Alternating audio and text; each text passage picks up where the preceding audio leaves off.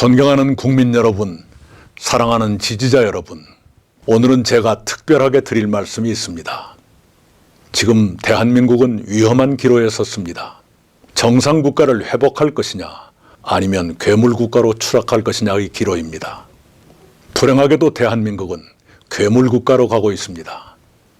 우리는 날마다 법치주의 붕괴를 보고 있습니다. 사법부도 삼권 분립도 허물어지고 있습니다. 괴물국가는 이미 모습을 드러내기 시작했습니다. 드러나는 괴물국가의 모습은 이렇습니다. 권력자에게 유죄를 판결하면 대법원장도 가만두지 않습니다. 정치 권력이 협박하면 사법부는 굴복합니다.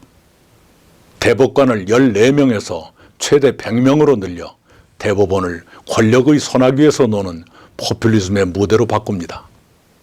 대법원 위에 헌법재판소가 상위기관으로 군림할 수도 있습니다.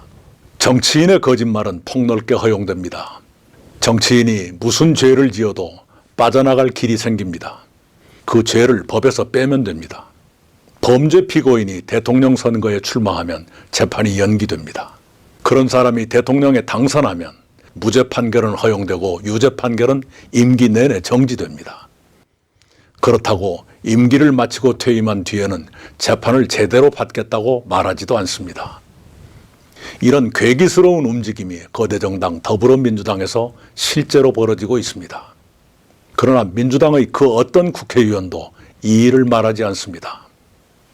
언론마저 일부는 선동하고 다수는 위축되고 있습니다.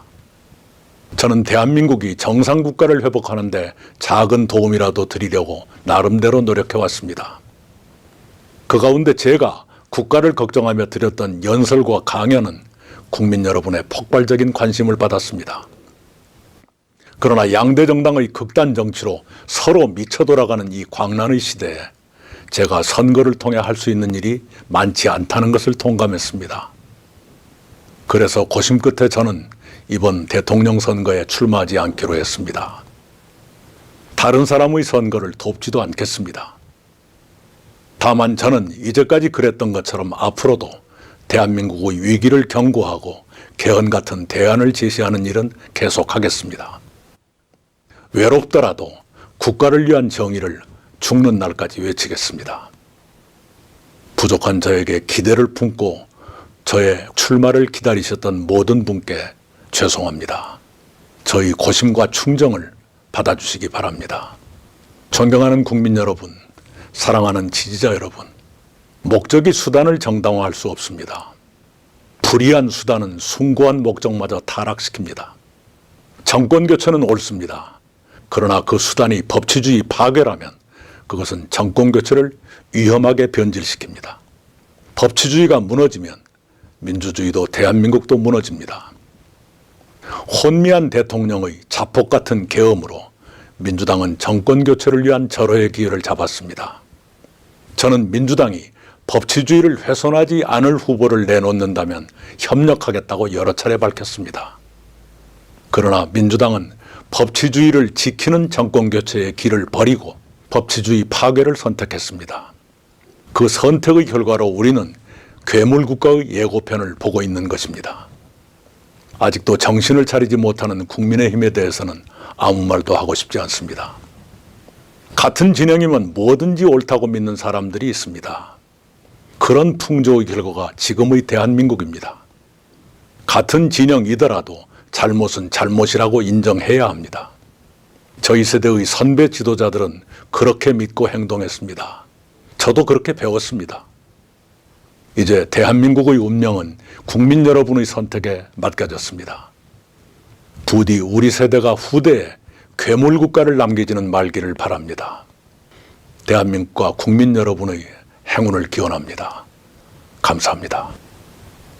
안녕하세요. 오늘은 5월 12일 토요일입니다. 저는 나이브TV 블랙하우 BC입니다. 네, 호구맨입니다. 네, 많은 분들이 오늘 토요일 아침에 아마도 들으셨겠지만 이낙연 전 총리님의 대선 불출마 선언 오늘의 오프닝으로 담았습니다. 네, 뭐 이게 단순히 이제 뭐 꼭 불출마 선언 그 자체로만 의미가 있는 게 아니라 여기서 이제 짚고 계신 내용들은 여전히 유효하기 때문에 굳이 다시 한번 들어보자는 좀 제대로 들어보자는 취지로 이제 인트로에 붙였고 뭐 그래서 다른 얘기 하기 전에 요 이제 불출마 선언문 가지고 좀 이야기를 좀 해봅시다. 네네. 그래서 이제 그 동안에 뭐 인터뷰 같은 데서도 이제 최근 들어가지고 이 워딩을 쓰시기 시작했는데 괴물국가라는 이제 워딩을 여기서도 쓰셨습니다. 그래서 이제 지금 벌써 괴물국가로 가고 있는 중이다. 현 시국을 그렇게 진단하고 계십니다. 그래서 이제 드러나는 괴물국가의 모습이라고 이제 어떻게 묘사를 하셨냐면은 권력자에게 유죄를 판결하면 대법원장도 가만두지 않는다. 지금 일어나고 있는 일이죠. 네네. 이따가 좀 다시 또 얘기를 하겠지만은 그리고 이제 정치 권력이 협박하면 사법부는 굴복한다. 뭐 이것도 이제 이따가 다시 다룰 얘기고. 그다음에 대법관을 14명에서 최대 100명으로 늘려서 대법원의 권력을 선호하기 위해서 노는 포퓰리즘의 무대로 바꾸려고 한다. 이 같은 경우는 실제로 이제 여러 독재자들이 독재를 공고히 하는 프로세스로 이제 실제로 써먹었던 방법이죠. 네네. 그래서 그 한덕수 전 총리와의 회동 마치고서 이제 그 언론 브리핑 하실 때도 총리님께서 말씀을 하셨죠. 네. 그러니까 이제 NI라고 어딩 안 해도 됐구나. 출마는 안 하시니까. 다시 정겨운 호칭 총리님으로 저도 돌아가도록 하겠습니다. 자, 그래서 이제 또 대법원이 헌법재판소가 상기관으로 군림할 수도 있다. 이것도 이제 그 지금 이제 민주당에서 하려는 입법 추진하려는 움직임이 있는 게 사심제로 바꾸겠다. 이것도 이제 이따가 다시 얘기하겠지만은 네네. 그런 얘기고 그다음에 정치인의 거짓말은 폭넓게 허용된다. 이것도 이제 민주당이 대부분이 지금 이 괴물국가라고 총리님께서 지적하신 게 보면은 민주당의 입법 행태들이랑 지금 지금 가장 최근 입법 행태들이랑 관련 있는 내용들입니다. 그래서 이제 거짓말이 폭넓게 허용된다. 이것도 이제 선거법 관련해 선거법에서 허위사실 유포에 관한 거를 뭐 삭제하겠다. 그거랑 이제 맞닿는 얘기고. 그다음에 그래서 이러니까 결국 정치인이 무슨 죄를 지어도 빠져나갈 길이 생긴다. 특히 권력이 셀수록. 그렇죠. 아무 정치인이나 그게 되는 건 아니죠. 그렇죠. 뭐 이재명 같이. 네, 송영기는 좀 빵이 들어가 있으니까. 권력이 바로 코앞에 있는. 네. 네. 사실 이재명 빼고 그 한 최근 한 1년 동안도 많은 정치인이 선거법 유죄를 받은 사람이 제법 되거든요. 그렇습니다. 뭐 한 4-5명 기사를 봤던 것 같은데 네. 그 사람들 같단 말이죠. 유일하게 이제 희망 걸고 있는 건 양문석 정도. 양문석이 그 이재명의 아우라를 뒤집어 쓸 수 있을지는 모르겠는데. 지가 뭐라고 무슨 대선 끝나고 지 판결 뭐 재판 계속하자고 이지랄하고 있고. 그러니까 말입니다. 자, 그래서 뭐 그 죄를 법에서 빼면 된다. 그러면서 또 이제 범죄 피고인이 대통령 선거에 출마하면 재판이 연기된다. 이것도 지금 민주당이 추진하려고 하는 거죠. 그리고 대통령이 당선되면 무죄 판결은 허용되고 유죄 판결은 임기 내내 정지된다. 이것도 지금 민주당이 또 이따위 법을 지금 만들려고 하고 있거든. 법안을 발의를 해서 법사위에서 이쪽으로 정리가 됐죠. 네. 예. 골 때리지 않습니까? 재판을 하되 무죄 판결을 낼 거면 재판하고 그렇죠. 유죄 판결을 낼 거면 하지 마라. 이게 말이 됩니까? 그게 심지어 발의를 한 게 아니라 네. 오히려 법사위에서 정리된 게 결과가 이걸로 돼가지고 굉장히 어이가 없더라고요. 그러니까 이것도 솔직히 좀 뭐 이렇게 얘기하기 참 부질없긴 하지만은 이 법사위 새끼들 실력도 없는 거야. 법을 어떻게 이따위로 짜냐고. 이게 입장 바꾸는 생각하면 지들은 이렇게 이런 법을 받아들일 수 있겠냐고. 진짜 너무 심각합니다 이건 진짜로. 그러면서 또 이제 그런다고 또 임기 마치고 퇴임한 뒤에 재판 제대로 받겠다 이렇게 말하는 것도 아니다. 그러니까 재판 미룬다고 해서 사실상 재판을 안 받겠다라는 소리가 되는 거죠 결국은. 그러니까 끝내겠다. 네. 권력을 잡은 즉시 유야무야 시켜버리겠다. 그냥 유야무야가 아니라 그냥 무야무. 그렇죠. 없는 걸로 만들어버리겠다. 없다. 네. 그래서 이제 이러한 지금 이제 민주당의 어떤 입법 행태, 그래서 이제 사법권 장악, 뭐 이제 그거에 빗대서 지금 이제 괴물국가라고 말씀을 하시고 계십니다. 네. 이게 그 완전히 그거 아니야. 성공한 쿠데타는 뭐 단죄할 수 없다. 그렇습니다. 그렇게 되는 거지. 대통령이 되면 네. 그걸로 끝인 거야. 그걸로 끝인 거예요. 맞아요. 그래 버리면 더 이상 전두환 욕할 명분도 없어요. 그거를 입법부에서 법안을 만든 거죠. 정말 저는 어처구니가 없는 일이죠. 최근에 이제 뭐 광주의 한덕수 한족수지 후보라고 해야겠죠. 한덕수 후보가 그 저기 5.18 묘역에 방문하려고 했을 때 광주에서 항의해가지고 못 들어가게 막고 그랬다고 하잖아요. 네네네. 솔직히 말하면 좀 험한 소리 오늘 좀 하고 싶은 거 좀 해. 아니다. 삐 처리해야 되지 안 되지. 차라리 좀 귀찮아요. 좀 그렇게 말씀하시는 분들한테 막말을 하고 싶은 게 지금 이재명이 하는 짓이 전두환 하는 짓인데 그거 좋다고 빨아주면서 뭔 한덕수 총리 5.18 묘역 그 참배한 거 그것도 막냐고. 당신들은 정신머리가 있냐 없냐 뭐 그런 생각이 좀 듭니다. 그러니까 그런 식으로 하면은 그냥 민주당 아닌 그러니까 국민의힘 쪽 계열의 정치인들은 그냥 5.18 그 매년 5월 18일에 오지 말란 얘기입니다. 그렇습니다. 그냥. 네. 안 그래 예전에는 안 와서 문제였는데 네. 오히려 이제 오지 말라고 한 격이 되는 겁니다. 그렇습니다. 그럼 자기 본인들 스스로도 그 과거를 떨치고 나올 생각이 없는 거예요. 그렇죠. 진상규명 같은 거 하든 말든이야. 아니 그리고 그러면은 그 지역만의 그러니까 아니면 특정 진영만의 그 이벤트가 돼버리는데 그렇죠. 그거를 어떻게 그러면 헌법에 전문에 수록합니까? 네. 그걸 어떻게 또 뭐 국가적으로 그걸 예. 뭐 국가 유공자로 뭐 예우해주고 그런 걸 어떻게 하냐고 자기들이 스스로 그걸 부정하는 나라 전체 일이라고 인정하지는 않는 건데 그 사유화 시켜버린 건데 말하자면은 뭐 아무튼 곁다리로 그런 네네. 얘기 있었고 그래서 이제 뭐 그래서 최근에 이제 많이 좀 언론에도 부각이 되셨고 이런저런 이제 좀 메시지를 많이 내시긴 했고 그 중에는 이제 우리도 많이들 고무됐었던 어떤 유튜브 이제 영상이 어떤 폭발적인 반응 같은 게 있었지만은 그럼에도 불구하고 출마해서 이제 현실적으로 이 상황을 개선하기에는 역부족이라는 판단을 내렸다라고 그렇게 이제 말씀을 하셨습니다. 네네.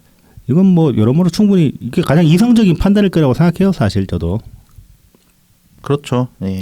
그리고 이제 이건 이제 넘겨짚을 수밖에 없는 이야기긴 하지만 애초에 저는 NI께서 이 국면에 접어들었을 때 처음부터 출마를 스스로는 그렇게 염두에 두고 계시지 않았다는 생각을 합니다. 그동안에 해오셨던 이제 말씀들을 좀 다시 또 되짚어서 생각을 해보면은 그런데 이제 출마를 당시에는 이제 옵션이 안 두려고 하셨는데 지금 이제 뭐 우리 당 지도부나 그다음에 또 주변에 이제 인사들이 있지 않습니까? 혹은 이제 뭐 헌정의 분들도 있고 이런저런 이제 주변에서 많이 출마하라는 이제 종용을 받으니까 그러면 좀 상황을 지켜보자 이렇게 되신 게 아니었을까. 그래서 오늘까지 와서 이제 오늘 이제 불출마 선언을 하신 것 같은데 하시게 된 계기도 여러 가지 있을 수 있겠죠. 뭐 이제 여러 가지 이유가 있을 수 있겠지만 제일 큰 건 아무래도 너무 반향이 일어나지 않는다. 그게 아니었을까 생각합니다. 뭐 유튜브 조회수 200만 고무적이지. 하지만은 여조에서 잡히는 건 유의미하게 잡히는 경우가 거의 없었잖아요. 네네. 뭐 이제 저희도 방송에서 말씀드린 적 있지만은 갤럽에서 한 5% 정도만 나와주면은 그때부터 좀 비벼볼만 하지 않을까 그런 얘기를 했었는데 갤럽에서 한 2% 이상 올라가는 걸 본 적이 없는 것 같아요. 네, 그랬죠. 네. 그리고 그 후보 지지율 5%인가 안 되면은 TV 토론회에서도 안 부른다고 하잖아요. 10% 두 자릿수는 나와야 된다고. 두 자리는 나와야 되나? 예, 그렇게 들었는데. 그러니까 실질적으로 이제 지금 이 상황에서 만약 출마를 한다고 해도 어떤 뭐 유의미한 득표하기도 힘들 뿐더러 그 정도 수준까지 득표를 못 하더라도 어떤 출마를 통한 메시지를 내기에도 역부족인 상황이다. 그렇게 판단을 하신 것 같습니다.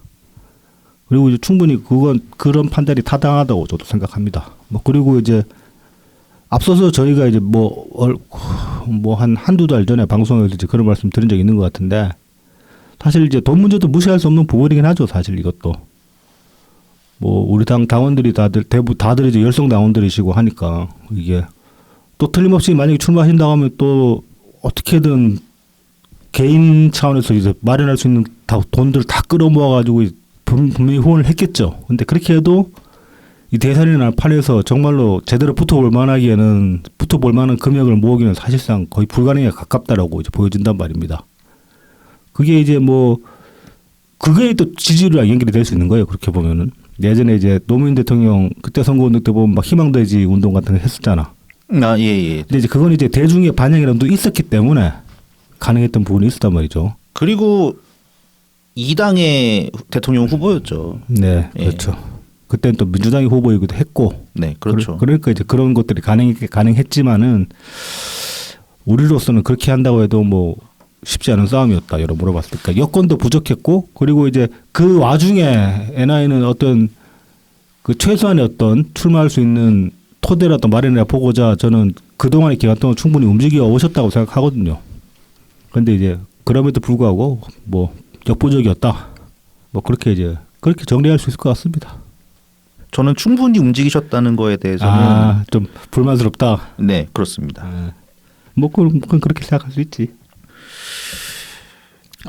일단은 뭐 저는 거슬러 올라간다고 하면은 이낙연 총리님의 그 당대표 시절부터 시작해서 그다음에 이제 대선 이후에 미국 가신 거. 네. 예. 그다음에 이제 창당 과정. 네. 뭐 모든 것 하나가 이제 미리 준비하신 게 아무것도 없기 때문에. 그렇죠. 그리고 지금 이 대선조차도 사실 그렇죠. 이건 뭐 원래 계획대로 자면 2년 뒤에 있었어야 할 일인데 갑자기 이렇게 터지는 바람에 더더욱 준비가 원래도 뭐 그 기간 사실 작년 연말쯤에 그 비상계엄 터지기 전쯤에 그때부터 이렇게 막연하게 생각해봐도 2년 대선이 그때 그 시점에서 이제 2년 정도 대선이 남은 거였잖아요. 그럼 2년 동안 어떻게 그 타임라인을 짜고 스텝을 그 빌드업을 해나가야 될까 그런 생각 저도 해보기도 했었거든요. 그런데 그런 2년이 있어서도 사실 이거 쉽지 않다라고 생각을 했었는데 지금 2년이 아니라 좀 뭐 갑자기 이렇게 대선이 툭 튀어나와 버렸으니까 뭘 하기 사실 뭐 거의 불가능한 상황이긴 했습니다. 여러모로 보면은. 그래서 이제 그 와중에 그래도 유의미한 메시지를 많이 남기신 거 뭐 저는 그거는 그거대로 평가할 수 있을 것 같습니다. 자, 뭐 그래서 지금 이제 어쨌든 이제 총리님은 불출마 선언을 하셨고 뭐 일부 당원분들은 좀 감정적으로 많이 이제 좀 동요되신 분들도 있고 한데 저는 뭐 그 BC님은 어떠셨습니까? 감정적으로, 심정적으로, 감정적으로. 뭐 올 것이 왔구나. 네. 예. 저는 사실 뒤에서 호구매님이랑 얘기를 할 때 네. 그냥 그만두실 거면 빨리 그냥 불출마 선언 하셔라. 네. 사람들 고문하지 말고. 네. 그런 생각을 가져왔던 터라 네. 크게 놀랍지는 않은데 이것도 결국 끝에 가서 듣게 되는구나. 네. 이 말씀을. 좀 원망스러워. 답답하죠. 답답해? 원망스러운 게 아니라 네. 답답하죠. 왜냐하면 상황을 이해하니까 이제 다 이해는 하겠는데 그러니까 왜 정치인이 자꾸 등 떠밀려서 하는 것 같은 하시냐. 하는 것 같은 게 아니라 저는 그게 맞다고 봅니다. 그러니까는 처음에 2021년에 대선 출마하신 것도 왜 하셨을까라는 생각이 듭니다. 정말 그때도 그러면은 대통령이 돼서 뭔가 기여를 하려는 생각이 있으셨을까? 예. 그러니까 내가 꼭 대통령이 돼야겠다. 그러니까 내가 꼭 대통령이 돼야겠다. 내가 적임자다. 그러니까 권력 의지의 문제다. 네, 네. 근데 또 그러니까 그 점에서 보면 이쪽 그 지지자들이 취향이 더러운 거야. 항상 보면 권력 의지가 그렇게 세 보이지 않는 사람들을 좋아하는 습성이 있어서. 근데 그거는 좀 결과적인 건데 네. 가장 그러니까 대통령이 된다고 하면은 가장 잘할 것 같은 사람을 선택을 그치. 하는 거죠. 그치. 그거는 확실하다고 봅니다. 네. 예. 가장 능력 있어 보이고 가장 문제를 안 일으키고 그런 사람을 선택을 한 건데 어떤 그 대통령이 되는 과정 그리고 그러니까 돼야 이제 그 일을 하는 건데 그렇죠. 될 수 있는 사람을 고르는 것까지 이제 하는 건 아니니까.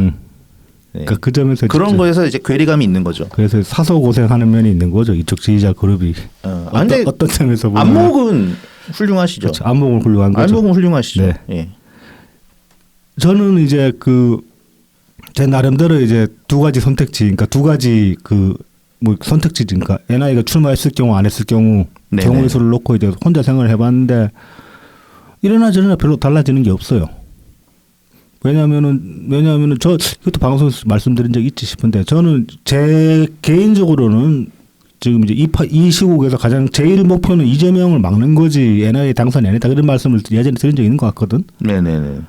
그래서 NI가 출마하신다 해도 결국은 제가 이제 뭐 앞으로도 방송에서 낼 메시지나 그런 것들이 별로 변하지 않을 거 아닙니까? 그렇죠. 네. 뭐 PC는 마찬가지일 거고 그 점에서는 그러니까 그렇게 보면은 NI가 출마를 하시거나 안 하시거나 개인적으로는 크게 달라지는 게 없겠구나. 그러면은 뭐 그냥 언제나 그랬던 것처럼 그분 말씀 존중하고 그대로 따르면 되지 않나. 뭐 그렇게 정리를 하고 나니까 뭐 언제 출마 여부 결정하시나 이런 거에 관해서 그렇게 이제 기다리지 않게 되더라고. 때 되면 하시겠지 하고. 그래서 오늘도 근데 이제 좀 오늘 아침에 그래서 저는 그 후보 등록일을 뭐 아까 말씀드렸지만 우리끼리 얘기할 때 후보 등록일 월요일로 착각을 해 월요일까지로 착각을 해가지고 일요일쯤엔 메시지 내시겠구나 생각을 했는데 오늘 아침에 갑자기 이제 대본 다 쓰고 넘기고 나니까 이게 메시지가 나와가지고 이렇게 빨리 그렇게 이제 좀 약간 갑작스러운 감은 있었지만은 뭐 크게 이제 뭐 동요되거나 하는 건 없었다. 그리고 이제 앞으로도 뭐 이제 이 불출마 선언문에서 이제 어느 당 후보도 어느 당 후보 뭐 선거운동도 안 할 것이다 그렇게 말씀을 하셨잖아요. 근데 그 와중에 이제 그래도 또 개헌이나 혹은 이제 이시국의 어떤 해법 같은 거에 관해서 이제 뭐 하실 수 있는 말씀을 하시겠다 그렇게 말씀을 하셨기 때문에 뭐 앞으로도 이제 아주 뭐 조용하게 지내실 것 같지는 않다 뭐 그런 생각을 해봅니다. 근데 불러준 데가 얼마나 있을지는 모르겠다. 선거 국민에 접어들면 이제 후보들 부르기 바쁘지 않을까 싶긴 한데 자 그래서 뭐 저는 하던 대로 그냥 이재명 까고 이재명 까는 게 아니라 이재명 막는데 저는 주력할 것이다. 뭐죠? 그 정도로 제 입장은 정리가 되는 것 같아요. 쉽지는 않아 보이긴 하는데 왜 쉽지 않아 보이느냐? 바로 이제 이것 때문이죠. 자 이제 오늘 새벽이었죠. 이것도 녹음일.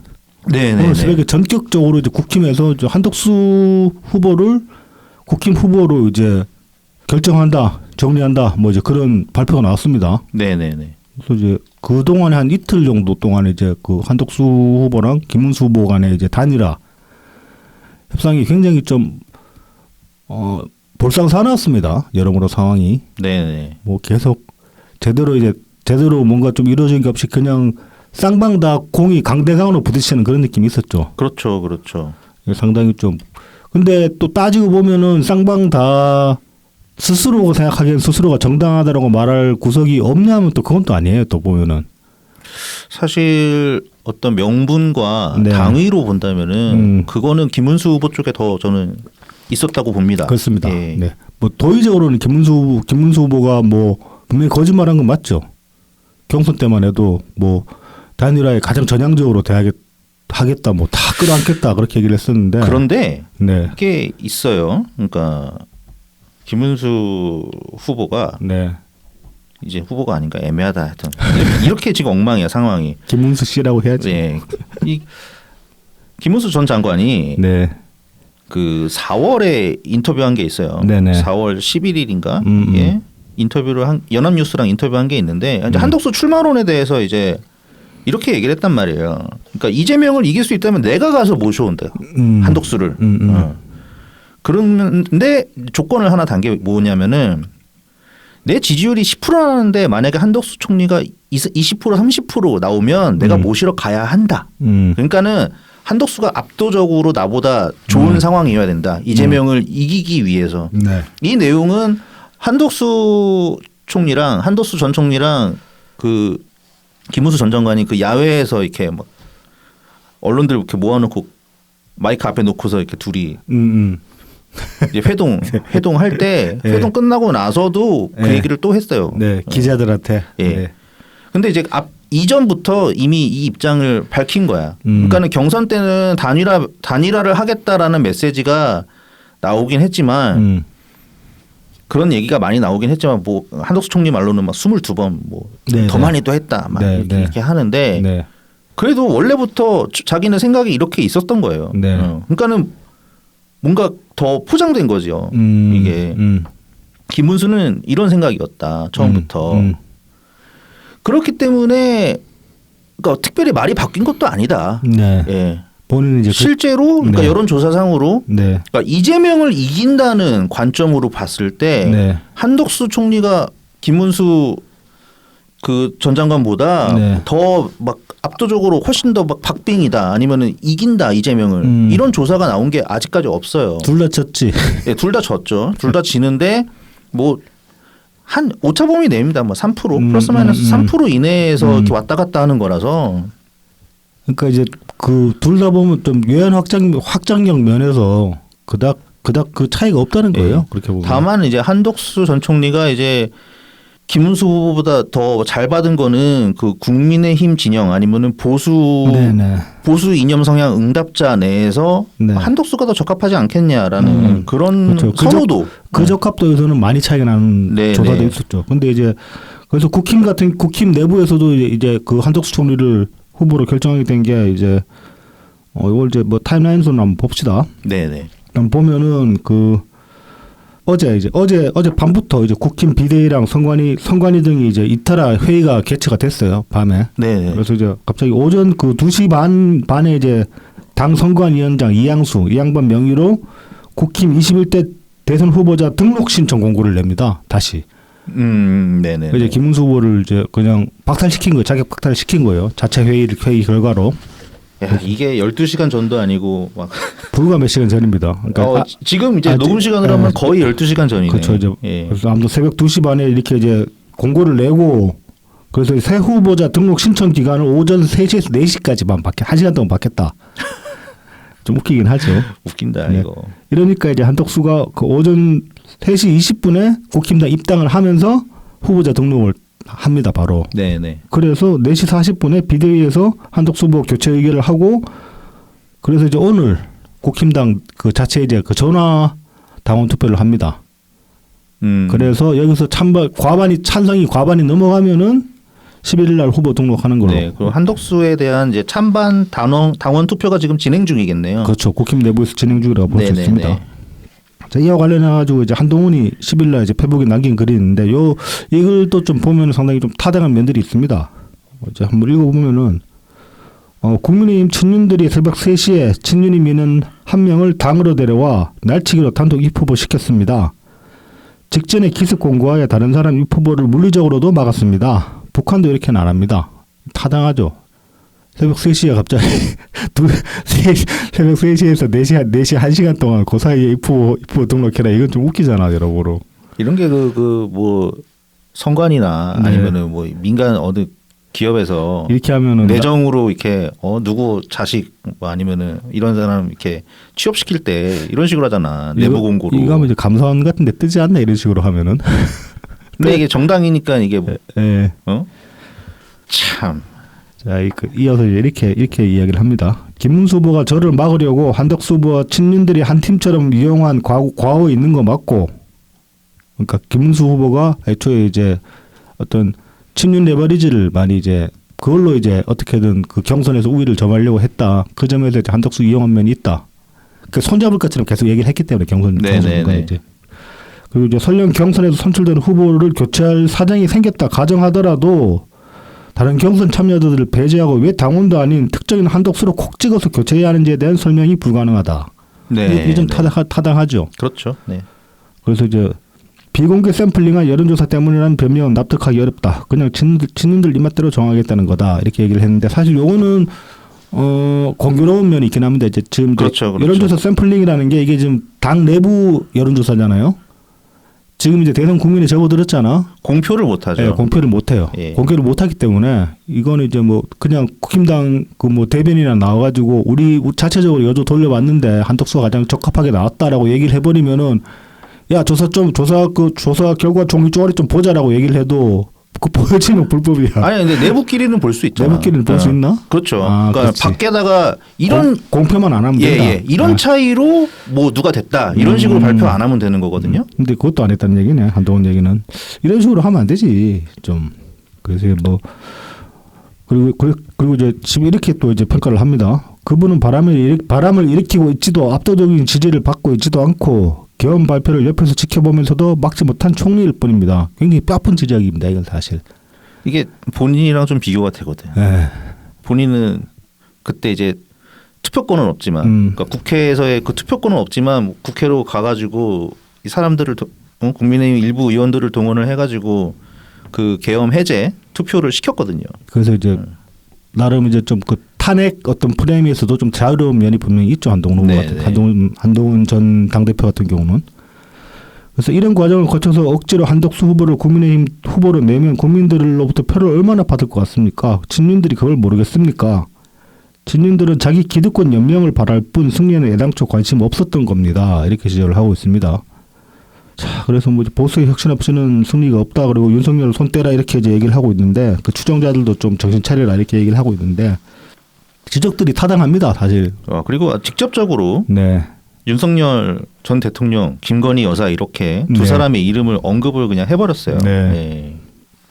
사실 이제 한덕수 후보 같은 경우도 뭐 이제 총리님도 인터뷰에서 말씀하신 적 있지만은 인물 자체의 어떤 커리어나 지금 이제 그래서 이제 가져 있는 경험치 혹은 능력치 같은 걸 따져봤을 때는 지금 이 시국이 어떤 안정적인 지도자상으로 적합한 면이 분명히 있음에도 불구하고 이 비상계엄에서 자유로울 수 없는 그런 면이 있고 그리고 좀 설렘을 주지 못하고 있다. 이제 그렇게 이제 말씀을 하시잖아요. 그 이제 좀 완곡하게 표현하신 거고 따지고 보면 한동훈은 굉장히 식설적으로 말한 거라고 볼 수 있는데 이거 지금 국힘이 어찌됐건 간에 지금 한동훈 후보가 한덕수 후보를 내세웠단 말이야. 네네. 그러면 이제 극복해야 됩니다. 이거 하나씩. 선언적인 말 그대로 선언을 몇 번을 해야 될 거예요. 관련해 가지고. 지금 여기서도 잘 짚었는데 친윤들이 지금 연명하려고 이런다 그러는데 저도 그 속셈으로 보이는데 이건 너무 얕은 수 아닙니까? 이러고 연명이 돼? 집권 못하고 당권만 잡고 있으면 연명이 돼? 지금 이재명 집권하면 국힘당 위원정당으로 날려버릴걸?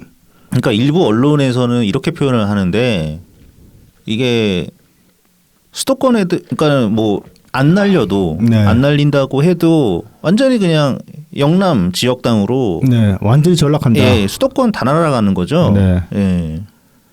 그러니까 누가 남겠냐고.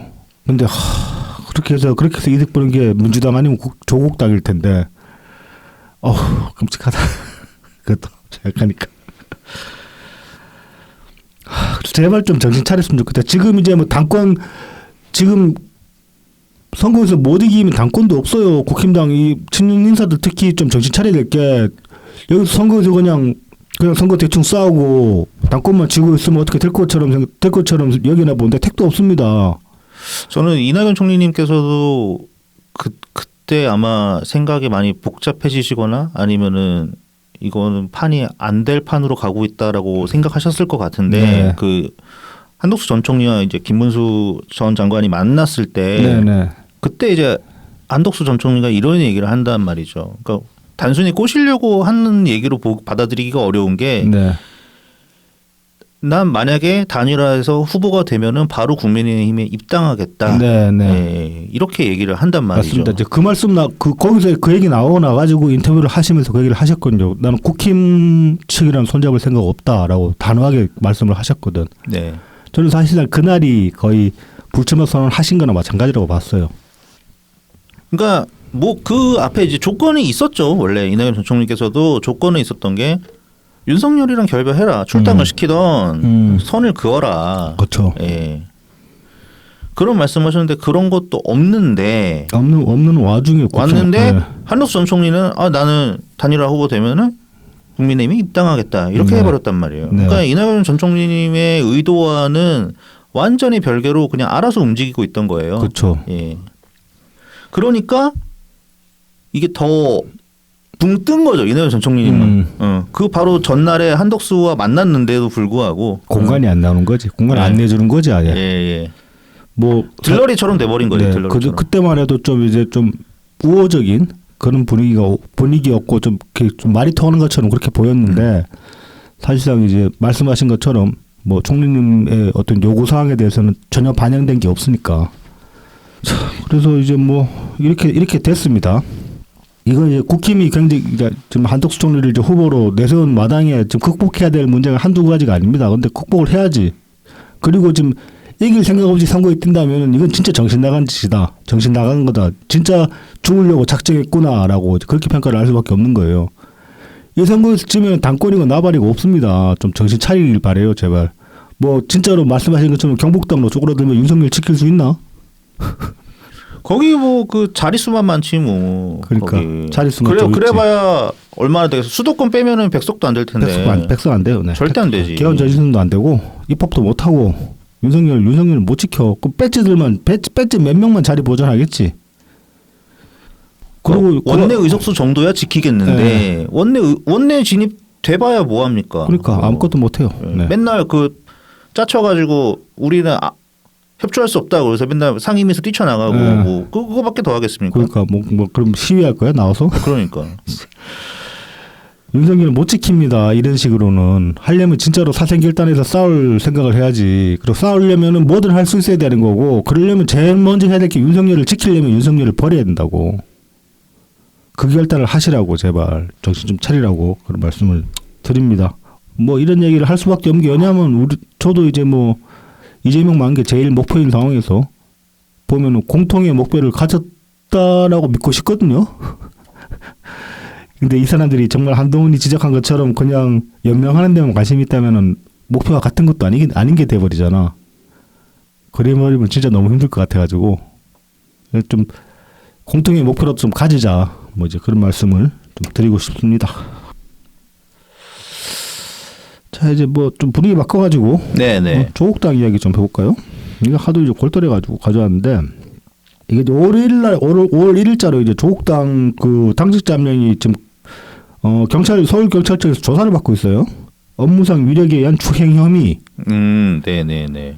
이 사람이 이제 지금 이제 그 뭐 고소장 접수돼 가지고 이제 그 조사를 받고 있는데 이제 고소장에 따르면 작년 7월에 뭐 택시에서 하위 당직자를 이제 강제 추행했고 그리고 작년 12월에 그 윤석열 탄핵 찬성 집회에 참석한 뒤에 노래방에서 또 그랬대요. 그리고 그 뒤에도 보면 이렇게 문자 같은 것도 막 추행성 문자도 보낸 적 있고 그다음에 삼보일배하는데 뒤에서 가지고 막 뒤태가지고 뭐라고 또 이제 그 성추행적인 그런 발언도 하고 그랬다고 합니다. 야, 뭐.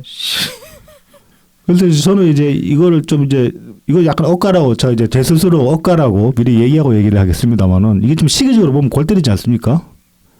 그렇죠. 12월이니까. 네. 12월이니까는 얘네들 밖에서 얼마나 그 사람들한테 공포 퍼뜨렸어요. 비상겸 전국 임해가지고. 내란은 아직 진행 중입니다. 민주당 조국당 마찬가지였잖아. 마찬가지잖아. 그때 조국이 더 날뛰기도 했고 조국당이 뭐 탄핵 발의도 얘네들이 먼저 한다고 그러고 그랬었잖아. 네네 그랬죠. 그렇게 엄중한 시국에 노래방에서 뭐 집회 갔다가 끝나고 노래방 가서 막 그 뭐 성추행하고 그럴 마음의 여유가 있었나? 아니면 뭐 시국이 엄중해서 너무 긴장하다 보니 이런 식으로 뭐 실수를 했나? 실수가 아니야. 근데 왜냐하면 7월달에 이미 그런 전력이 있기 때문에 이 새끼는 그냥 정신 못 차리는 거야. 또 좀 못 가리는 상황이라고 볼 수 있는데 상황이 엄중함이 없었다라고 평가를 할 수 있을 것 같거든. 저는 이 시기에도 이랬다는 건 보면은. 그렇죠. 그러니까 겉으로만 뭐 사람들 선동이나 하고 그리고 당직자 하나가 간이 배벗거려 나와서 이랬겠냐라는 이제 이건 좀 엇갈릴 수 있지만은 저는 이제 그렇게 좀 비판을 하고 싶습니다. 이 당 전체가 이 상황 자체를 그냥 축제로 여겼던 거야 사실은. 기회로 봤던 거고 아싸 덕후 스님 기회 왔다. 윤석열 몰아낼 수 있는 기회 왔다. 이렇게만 본 게 아닌가. 상황 인식이 이러다 보니까 당 전반에 그런 인식이 퍼지다 보니까 이 당직자도 이따위로 굴 수 있지 않았나. 뭐 그런 생각을 해봅니다. 좀 억까일까? 뭐 합리적인 의심이죠. 예. 그래서 이 시국에 사람들을 그렇게 겁줘놓고 자기들은 이러고 있었다는 게 참. 뭐 근데 어제 오늘 일이 아니긴 하죠. 사실 이쪽 바닥에서 이러는 것도 뭐 하지만은 그래도 이제 속사정을 잘 모르시는 게 이런 것들을 많이 겪어보지 않으신 분들한테는 좀 얘네들 이런 애들이다라는 거를 알리는 차원에서. 뭐 근데 뭐 이런 거 가지고 국민의힘 지지자분들도 좋아하실 건 없습니다. 옛날에 다 그 뭐 한나라당, 새누리당 그쪽에 높으신 분들도 다 하시던 겁니다. 그나마 요즘이라도 좀 정신 차리면 다행이고 모르겠어요 어떻게 될지. 자 이제 내친 김에 조국당 소식 하나 더. 요거는 이제 좀 제가 좀 정말 이거 좀 짜증 나서 가져왔는데 4월 30일 날 조국당 김준형이 이제 그 자당 의원총회에서 대만 불개입 결의안 발표를 했어요. 이게 이제 그 지금 양안 전쟁 불거진에 그러니까 중국이 이제 대만 침공안에 만에 그런 위기 경보가 한 1년 전부터 있었고 지금 와서 최근 들어가지고 점점 이제 그 전쟁 확률이 올라가고 있는 상황이잖아요. 굉장히 좀 상황이 좀 위중한 상황이라고 볼 수 있는데 그 와중에 이제 대만에서 전쟁이 나도 한국은 불개입한다는 이제 결의안을 발표를 한 거예요. 국회 차원에서 말하자면은 김준영이. 그래서 결의안 내용이 뭐냐 보면 이제 대한민국 정부와 대만 유사시에 군사적 지원이나 경제 정치적 수단은 물론 어떤 말과 행동으로도 개입하지 않는다는 원칙을 선제적으로 천명. 이런 방법 안 겠다는 거예요. 대만의 전쟁이 나도. 네네네. 그리고 또 이제 그 주한미군이 이제 한반도 방어를 목적하고 주둔하고 있잖아요. 네. 그런 만큼 이 대만에서 전쟁 나도 주한미군은 동원 안 된다는 거를 뭐 미군이 이제 공략해라. 또 이렇게 이제 촉구를 하고 있습니다. 이 선언문에서. 그래서 이제 선언문에 그 동의한 의원이 총 21명인데 뭐 민주당의 최민희, 고민정, 익숙해. 권향엽, 박정현, 윤건영, 이병진, 이지경, 임미애, 장종태, 정태호 청와대 출신들이 많네 대체로 문재인 정부 시절. 그리고 이제 조국 당에서는 또 이제 7명 황운하, 강경숙, 김재원, 박은정, 백선희, 서왕진, 신장식, 이혜민, 정충생 7명 아니구나. 하나, 둘, 셋, 넷, 다섯, 여섯, 일곱, 여덟, 9명. 조국도 9명. 그 다음에 진보당의 윤종호, 전종덕, 정의경 이렇게 해서 21명이 찬성을 했습니다. 그래서 이제 4월 30일 이렇게 발표를 하니까 한동훈이 이 당시에 이제 그 또 SNS에 이제 좀 비판을 했어요. 이제 그저 중국에 셰시하면 된다는 친중 4대 군력 외교 노선의 극치다. 이제 이재명의 셰시를 빗대가지고 그러면서 개탄을 금할 수 없다 이렇게 이제 비판을 하니까 김준영이 SNS에 반박을 해주시고 이렇게 적었습니다. It's a piece stupid. 친중이 아니라 반전 XX야. 뭐 무식하다. 이건 뭐 좀 바보야. 문제는 경제였던가 이게? 네, 그렇죠. 업무는? 그거였죠. 네, 유치하죠. 지금 근데 뭐 평화 좋다 이겁니다. 근데 평화를 어떻게 우리가 평화 선언하면 평화가 구축이 되나요? 이건 평화 선언도 아니죠. 그냥 가만히 있는 거지. 예. 지금 못 본 척 하겠다는 겁니다. 지금 중국이 서해 구조물 알바퀴 들어가고 있잖아. 네, 지금, 그렇죠. 지금 우리나라 지금 전국이래 가지고 제대로 대응을 못 하고 있는 면이 분명히 있거든요. 근데 그런 거에 관해서 국회 차원에서 항의라도 해봤어? 김준영 앞장서가지고 그러지 말라고 그러면 평화가 깨진다고 항의라도 해봤어? 중국 하는 짓거리는 못 본 척하고 있으면서 대만의 전쟁 나도 우리는 입답 뻥끗 안 하겠습니다라고 선언하는 게 이게 평화야. 이거야말로 굴종 아니에요 사실상. 그리고 우리 이 이해관계를 따져봐도 그래요. 지금 대만 뭐 전에도 한번 말씀드린 적이 있는 것 같은데 이것도 대만에서 전쟁 났을 때 우리나라에 직접적인 피해가 있습니다. 굉장히 큰 피해가 있습니다. 그 남중국해가 우리나라 해상 무역로의 60%를 물동량의 60%를 차지를 해요. 네네. 근데 중국이 대만 점령하고 대만 해역 막아버리잖아. 그럼 우리 물동량 60%가 막힌다는 소리예요. 빙 돌아가지고 가야 돼. 그래버리면 딜레이 생기고 운송비 증가하고 당장에 그러면 또 그 수출 경쟁력이 그만큼 떨어지는 겁니다. 물류 비용 많이 늘어나겠죠. 네. 예. 그래서 그쪽 해역은 사수를 해야 돼요. 우리 입장에서도 뭐 진짜로 그 무역 지금 해상전이 지금 장난이 아니거든요. 중국이 계속 지금 무역로를 자기들이 잡아 먹으려고 드는 곳이 한두 군데가 아니에요, 지금.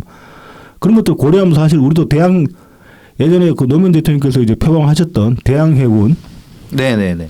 이런 것들이 그 진행이 많이 이제 좀 중간에 이런 주로 이제 그 국방비 문제로 많이 이제 엎어지고 했는데 그때부터 준비를 했었어야 했다고 생각하지만 그건 그때부터 못한 거라고 쳐도 지금 이 상황에서는 우리가 적극적으로 좀 강수를 둬야 될 필요가 있다고 보거든요. 그래야지 정말로 평화를 유지할 수 있는 거지. 지금 숙이고 들어가면 우리 하나씩 다 내주게 될 거예요, 결국은. 지금 서해도 지금 뺏길래 서해 지금 그 해역 한 반 이상 중국이 먹고 들어가겠다고 지금 덤비고 있는 건데 이 상황에서도 입 닫고 있다가 뭐 어쩌자는 건지 모르겠고 이 새끼 중국에 돈 받은 새끼 아니야 그런 생각까지 듭니다, 저는 사실. 이렇게까지 얘기한 거 보면은. 이게 그 정말 평화를 원한다고 하면은 사실은 군사적인 거 뭐 이것만 얘기를 해도 되는데 네. 어떤 말과 행동으로도 개입하지 않겠다. 네. 이게 엄청 웃기지 않습니까? 그렇습니다. 그래서 거기다 또 진일보한 게 네. 미국 정부의 네. 주한미군 냅둬라. 네. 거기다 데려가지 마라. 네. 그거는 무슨 수를 하겠다는 거야. 약속하라고 미국 정부에. 그러니까 그게 되겠냐고. 잘도 되겠다. 남의 나라인데. 그러니까 아니 뭐 우리가 무슨 협상력을 쥐고 있으면 몰라. 그러니까 미국이 우리 말을 들어야 될 만한 이유가 있으면은 또 모르겠는데 그런 것도 아니잖아. 이거 그냥 전형적인 반미 정서, 반미 친중 정서라고 그렇게 비판해도 무리가 없습니다.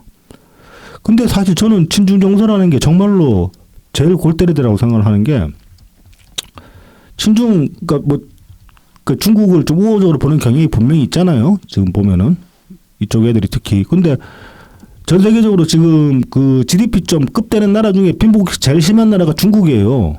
네네.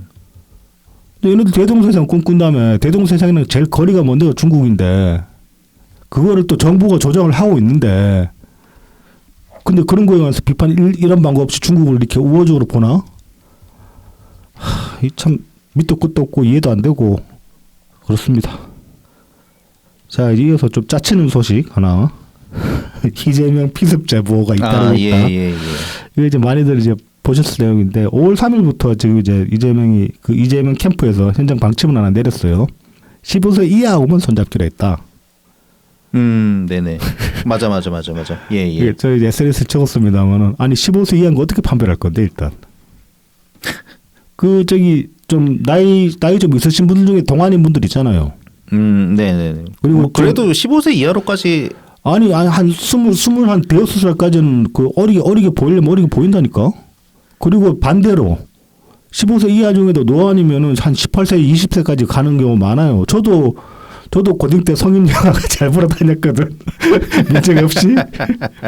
내가 중3 때부터 이게 좀 이렇게 그때 덩치가 지금 제 덩치 말하거든요. 중3 때가 갑자기 그때 살찌고 덩치 커지면서 그래서 이제 머리 깎고 그러고 있으니까 그냥 동네 아저씨를 보는 거야 나를. 그래서 동네 그 야한극장에 민증업체도 잘 보러 다니고 그랬었는데 그때 나 같은 놈이 그 이재명한테 가면은 나는 그냥 아저씨로 오인받아가지고 쫓겨나는 거야. 그 일단 이거 이제 그냥 꼬투리 잡는 얘기니까 그렇다 치고 아무튼 피습 제보들이 많이 들어와서 현장에서 이제 15세 이하면 손잡기로 했다고 하고 그리고 또 최근에 이제 업데이트된 거는 이재명 암살 계획이 하나 이제 제보가 됐어요. VX 가스로 암살을 하려고 한다. 예. 그러니까는 김정남이죠. 네, 김정남 얼굴이 김정은의 그 이복형. 네. 김정남을 암살할 때 사용됐다는 그거죠. 얼굴에 스프레이를 뿌렸다는 거. 그래서 이제 그래서 이제 뭐 그것 때문에 또 뭐 주의를 요한다 그렇게 얘기를 했는데 그래 VX 가스 그래 뭐 위험할 그 겁나겠지 그러면 그냥 VX 가스는 그 호흡기로도 치명적이지만 피부에 닿는 게 더 위험하거든요. 이 흡수율이 호흡기로 들어가면 한 10에서 20% 정도. 네네. VX를 피부에 떨구면 50% 이상 흡수가 그러니까 직방이야 직방 피부에 닿으면은 그래서 VX 가스 겁나면 방독면 쓰고 방사능 방호복 입고 다니더라. 방사능이니까 화생방 방호복 입고 다니면 되니까 뭐 그렇게 하시든지 알아서 하시고. 근데 이제 이런저런 제보들이 있고 그래서 뭐 현장에서 지금 이재명 방탄복 계속 입고 다니고 있고. 네네. 그 와중에 이제 지지자들이랑 악수도 안 하겠다. 위험해서 못 한다라고 이제 이렇게까지 이야기가 나왔는데 정작 경찰에서는 관련해서 제보받은 게 한 건도 없다라고 그렇게 발표가 나왔어요. 그러니까 민주당에서 뭘 해줘야 말이죠. 네. 그 지들끼리 얘기하고 마는 거야. 그렇죠. 근데 이런 것들을 왜 하겠느냐? 뭐 생각해보면은 일단 이제 공포 마케팅, 그 다음에 동정 마케팅 이런 거 아니겠는가? 저는 그렇게 생각을 합니다. 아니 무슨 지금 1강 후보인데 이렇게까지 짜치게 굴어야 되나? 뭐 그런 생각도 들고 그래요. 아니면 사람들 만나는 게 싫은 건가? 사람들하고 이렇게 손잡고 한 게 예전에 박근혜가 그 손 아파가지고 악수하다가 손 뺀 적 있었잖아요. 그랬죠. 그러니까 손이 삐는 게 아니라 손이 아파서 네. 악수를 워낙 많은 사람들이 하니까. 그거 근데 그 당시에 말이죠. 그거 이제 박근혜가 그 노인 손 찾기 싫어서 그런다. 뭐 이제 그렇게 이제 막 흉보고 그랬었는데 사실 그건 아니고 그 양반이 악수를 뭐 하루에 1000번 넘게 하다 보니까 손이 아플 수 있거든 충분히. 그렇죠. 건드려도 화들짝 놀랄 수 있을 수준이란 말이야. 박근혜 씨가 사실 노인들 손잡는 거 꺼려한데 그건 정말 억까했던 게 제가 알거든요. 제가 다니던 대학교 입학식에 박근혜 씨가 왔었어요. 그 당시에 좀 더 젊은 시절에 90년대 초반에. 근데 그때 그 이제 대학교 입학식인데 제가 있던 학교가 그 대구 근교에 있던 학교였거든. 동네에 있던 노인분들이 다 온 거야. 영예 보러 온다고. 네네네. 그래서 입학식 제대로 진행된다고 그냥 돌면서 다 악수하고 다녔다고. 선거철도 아닌데 그때는 현역 정치인도 아니었지 아직. 근데 이제 그 정도는 그러니까 이재명치 그 노인분들 손잡고 다니는 거는 아주 그냥 몸에 밴 사람이라고. 근데 그런 양반도 이제 그냥 손 아파서 그랬던 건데 이재명은 진짜로 막 사람들 뭐 냄새나는 손 잡기 싶다 그런 식으로 생각하고 좀 이러는 건지 뭐 어쩐 건지 모르겠어요. 참 아무튼 그래서 짜친다.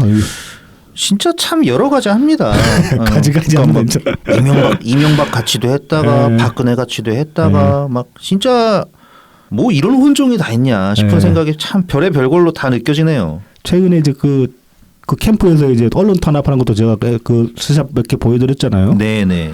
관련해서 보면 이제 좀 허위사실, 그러니까 굉장히 추측성 보도 같은 거 이제 주로 유튜브 채널 같은 데서 많이 나오는 거 그런 것들은 충분히 이제 이의를 제기하거나 그래서 이제 뭐 좀 심각하다 싶으면은 저는 제재를 할 수 있다고 생각합니다. 항의하고 그럴 수 있죠. 네네. 뭐 아니면 언중위에 제소를 한다든지 그렇죠. 언론기관 같으면은 근데 이제 그 와중에 보면은 그냥 국힘당 인사가 TV 나와서 논평한 거, 좀 세게 논평한 거. 근데 이것도 막말은 아니에요 보면은 그런 것들까지 부정적이라는 이유로 항의를 했다는 거 이거는 저는 좀 심각하다고 보거든요. 굉장히 심각하죠. 왜냐하면 아니 그 선거법 이거에서 네. 이재명이 한 말은 표현의 자유를 억압할 수 있다고 하면서 무죄 받아야 된다 이러고서 그러니까 떠들더니 네. 아니 그럼 다른 사람의 표현의 자유도 인정을 좀 해주고 해야지. 그렇죠. 네. 어떻게 이재명의 허위 사실은 표현의 자유고 네. 그 뭐 국힘 성향 패널이 나와가지고 하는 얘기는 뭐 다 선거법 뭐 하자는 겁니까 이게. 그러니까는 와 뭐 이따가 그 법사위에서 통과시킨 법안들 민주당이 통과시킨 법안들 얘기를 하겠지만 이 얘네들이 하는 게 모든 법이 지금 이재명만을 위한 법입니다. 그 내로남불이에요, 진짜로. 예. 너무 심합니다. 그리고 이게 아니 법률은 모든 국민들한테 적용이 되는 건데 왜 혜택은 이재명만 봐야 됩니까? 이재명과 소수의 민주당 인사들만 봐야 되냐고 이게. 예외고 항상 걔네들 자기들만. 예외고. 말이 안 되는 거죠, 사실. 그래서 참 괴물국가다. 이것이 괴물국가다. 뭐 그렇죠, 좀 그렇죠. 얘기를 하다 보니까 다시 괴물국가로 돌아와지네. 네. 그런 상황입니다. 참 뭐 그래서 이제 입털기를 너무 오래 했는데 네네네. 오늘 좀 방송 이상하게 꼬인 것 같은데 1시간 했네. 네, 본내용으로 네. 들어가 봅시다. 예, 그 전에 저희 도와주시는 고마운 분들 참 시국이 이런데 네. 예, 저희가 큰 아무런 도움이 못 되지만은 못 그래, 되는데 그래도 이렇게 후원해 주시는 분들께 네. 다시 한번 감사를 드립니다. 네. 후원 계좌를 통해서 엑스친 S님, 웰컴퓨터님 후원해 주셨습니다. 네, 감사합니다. 감사합니다. 다음은 제공입니다. 웰컴퓨터입니다. 부산 사하구 낙동대로 323번 길의 6 사하역 2번 출구 앞에 있습니다. 070-8742-9595 051-271-0066 010-8691-0079번입니다. 트위터에서 웰컴퓨터, 인스타그램, 페이스북, 네이버 블로그에서 웰컴퓨터 0079를 검색해 주시면 됩니다. 오랜 조립 경험을 바탕으로 최적의 견적을 구성해 드립니다. 가성비 좋은 사무용부터 게이밍, 딥러닝용 같은 최고 사양의 PC까지 조립해 드리고 있습니다. 다나와 최저가 가격으로 만나보는 웰컴퓨터의 견적을 지금 바로 확인해 보세요. 전국 어디서든 AS가 필요하시면 연락 주시기 바랍니다. 안전한 배송에 사용하는 웰컴퓨터의 배송 박스를 미리 보내드립니다. 문제가 생긴 컴퓨터를 웰컴퓨터의 배송 박스에 넣어서 반품시켜 주시기만 하면은 전국 어디서든 웰컴퓨터의 서비스를 받으실 수 있습니다. 유튜브 채널 웰컴퓨터를 통해서 연락 주시면 사은품도 별도로 챙겨드리니까 꼭 말씀해 주시기 바랍니다. 다음은 달품은 농장입니다. 트위터 달품은 농장 골뱅이 DALPUMEUN 인스타그램 달품은 농장 _ 농사짓는 문파 골뱅이 DALPUM 숫자 1입니다.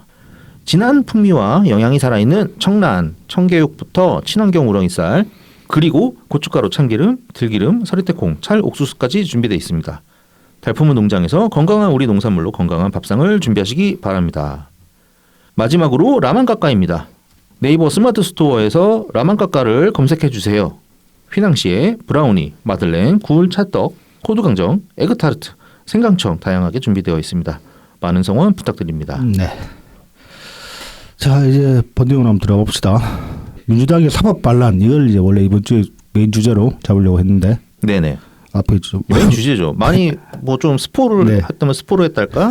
그렇죠. 사실 이제 이것이 바로 괴물국가다. 이미 이제 NI 총리님께서 이제 말씀을 하신 바가 있고, 이거 이제 좀 구체적인 타임라인들을 좀 그래서 약간 줄여가지고 정리를 해봤는데, 5월 3일에 이제 민주당 초선 모임 더민초, 네네네. 얘네들이 이제 기자회견을 했어요. 이날 이제 이렇게 얘기했습니다. 사법 쿠데타에 대해 즉각 조의대 대법원장 탄핵 소수 절차에 돌입하겠다. 그러면서 이제 뭐 대법관들이 9일 만에 7만 쪽에 달하는 사건 기록을 읽었는지조차 의심스럽다. 파기환송심 재판부는 통상적인 절차를 따르라. 이렇게 이제 하면서 조의대 대법관 탄핵하겠다 이렇게 이제 얘기를 했습니다. 그래서 그러면서 이제 뭐 지도부랑 상의한 건 아니고 네. 우리 그 초선 의원들 더민초 70명의 공통된 뜻이다. 70명의 박대가리라니. 옛날에 여루당이 그 108번뇌들. 108번뇌. 네, 뭐 그 수준이죠. 네. 근데 진짜 얘네들 그 내란부터 해가지고 네. 정말 그 아무 말 막 하는 게 네. 어떻게 이게 사법 쿠데타입니까? 그렇습니다. 쿠데타가 뭔데?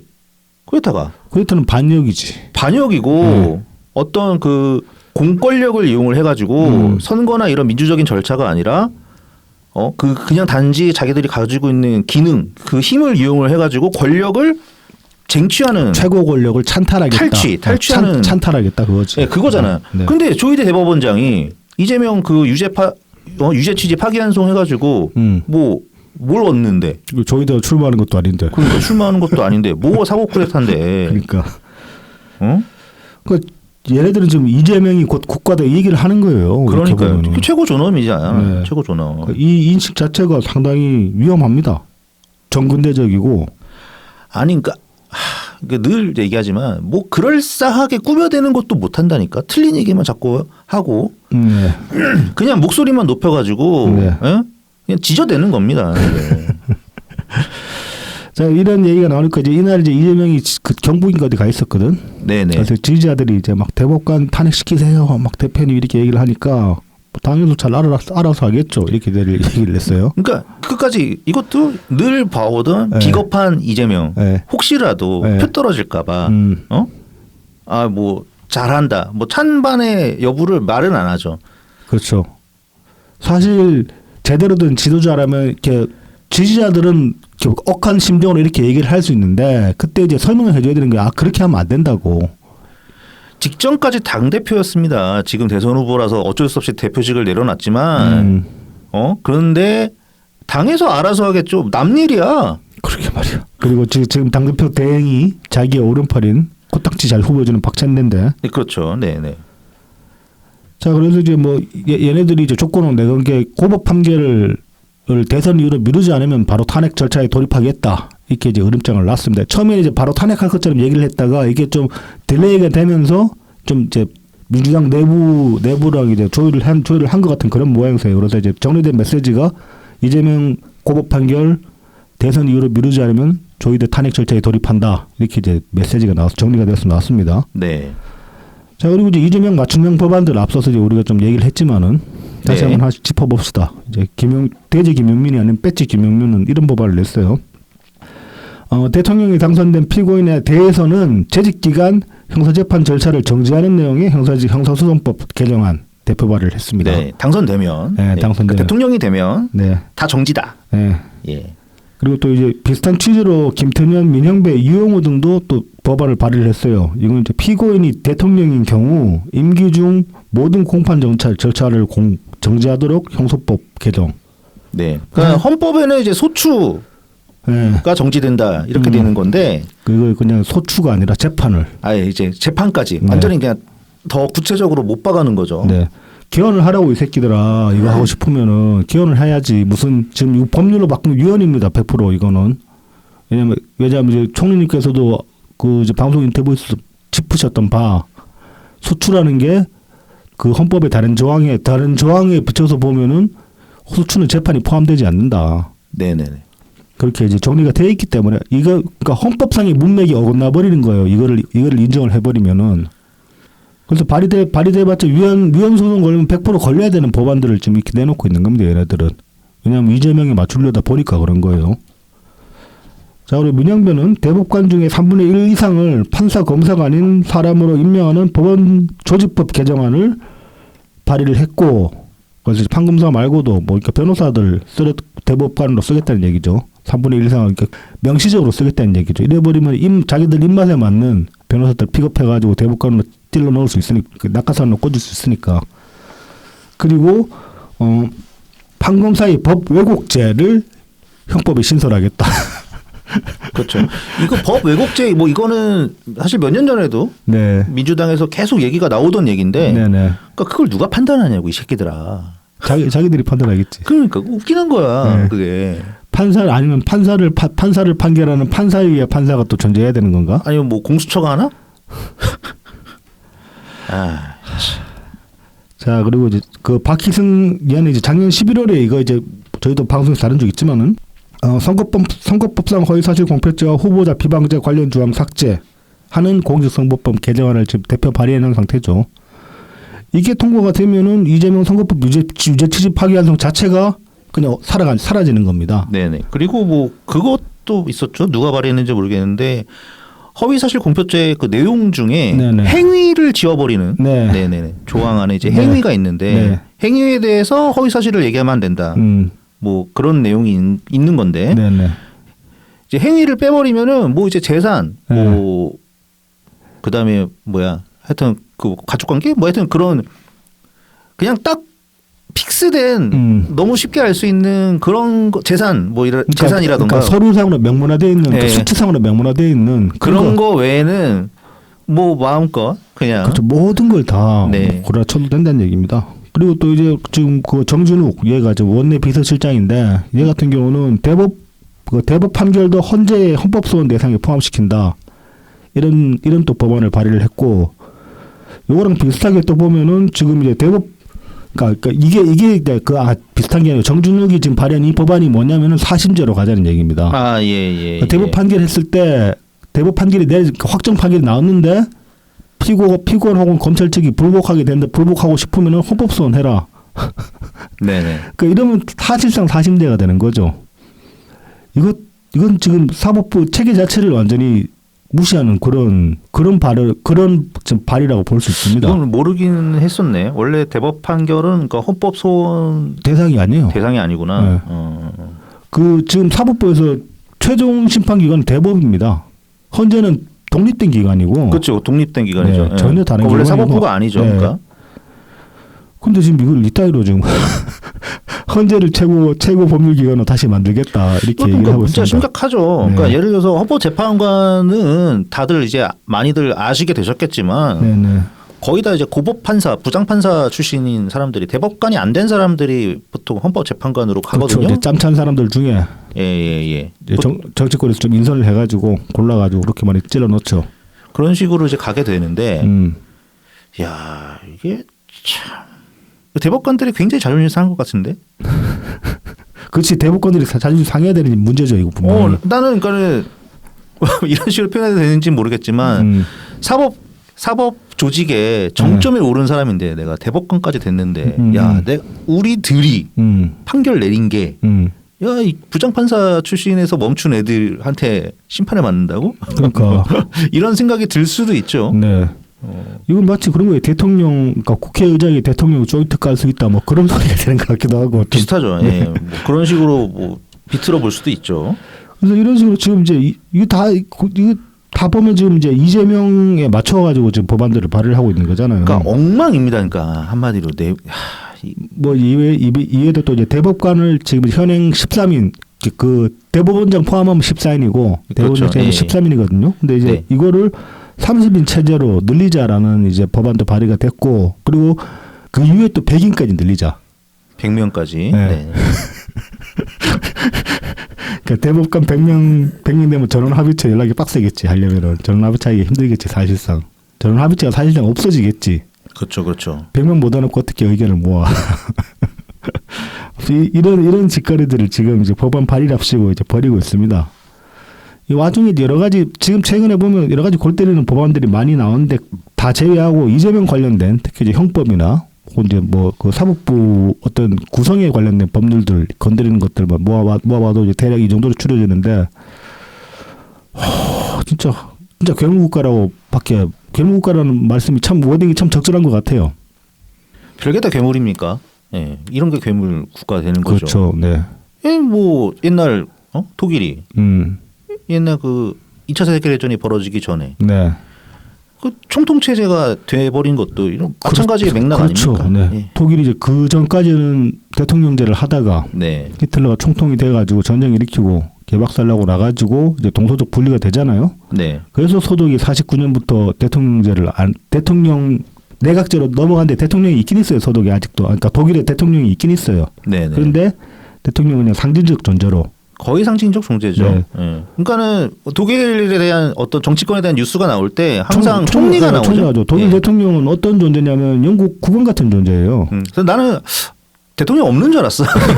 독일에. 그 정상회담 같은 거 정상회담 네. 할 때 뭐 그 실질적인 외교회담이 아니라 국빈 방문하면은 우리나라 제일 어른입니다 하고 이제 대통령부터 만나가지고 차 한잔 하고 아니면 이제 뭐 명절이나 아니면 뭐 연말이나 새해 그럴 때 이제 대통령 와서 덕담만 만드씩 해주고 그 딱 영국 국왕 포지션이에요. 지금 대통령이라고 그러게요. 뽑기는 뽑는데 네네. 투표에서 뽑기는 뽑는데 그런 거예요. 그게 이제 결국은 히틀러 때문에 그렇게 된 거거든.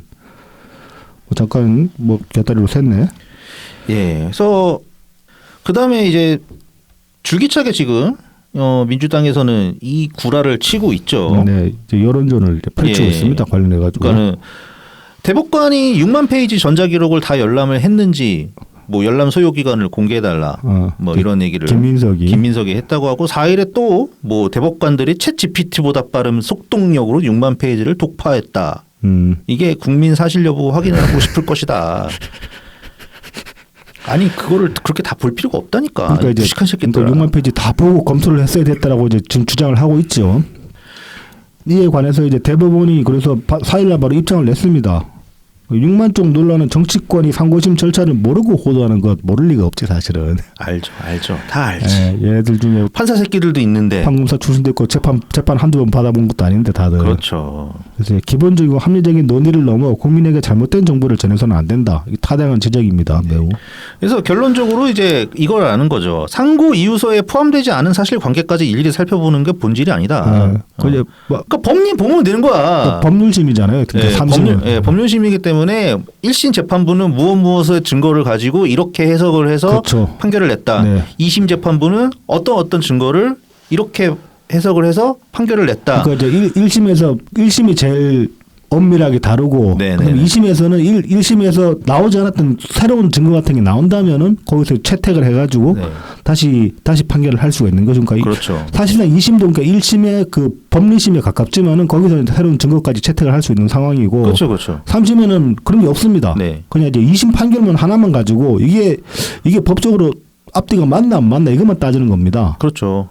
그러니까 뭐 4만 쪽 다 볼 필요가 없는 거예요. 그 중에 이제 판결의 직접적인 판결문이랑 판결에 관련된 내용들만 보면 되는 거라서. 대법원에서는 그러니까 예를 들어서 새로운 증거를 채택을 한다던가 아니면 기존에 채택된 증거를 까버린다던가 그런 게 없어요. 행위가 없어. 그렇습니다. 그러니까는 6만 페이지 이걸 다 볼 필요가 없는 거야. 그렇죠. 알아서 잘 판단을 했겠거니 하고 보는 거죠. 그리고 이것도 이제 총리님께서 뭐 이틀 전인가 이제 인터뷰에서 굉장히 광주 CBS 인터뷰에서 거기서 잘 짚으셨는데 이전날 뭐랬습니까? 박지원이 나와가지고 내가 이제 그 법원 내부 소식통으로 전해들은 바로는 무죄 확정이다 이렇게 얘기를 했잖아요. 그러니까 그때까지 뭐 민주당이 이 절차에 관해서 태클을 안 걸었어요. 그렇죠. 빨리 하는 것 가지고 뭐 시비를 안 걸었는데 이거 유죄 취지 파기환송 나와버리니까 그때서야 좀 시기를 문제를 삼은 거야. 이것도 말이 안 되는 거죠. 그러니까 결과 보고 판단을. 그러니까. 이 개 양아치 새끼들 진짜. 이런 게 어딨냐고 세상에. 얘네들 뭐 앞서서 또 총리님께서 말씀하셨지만은 유죄 취지로는 재판하지 마라. 후보에 관해서.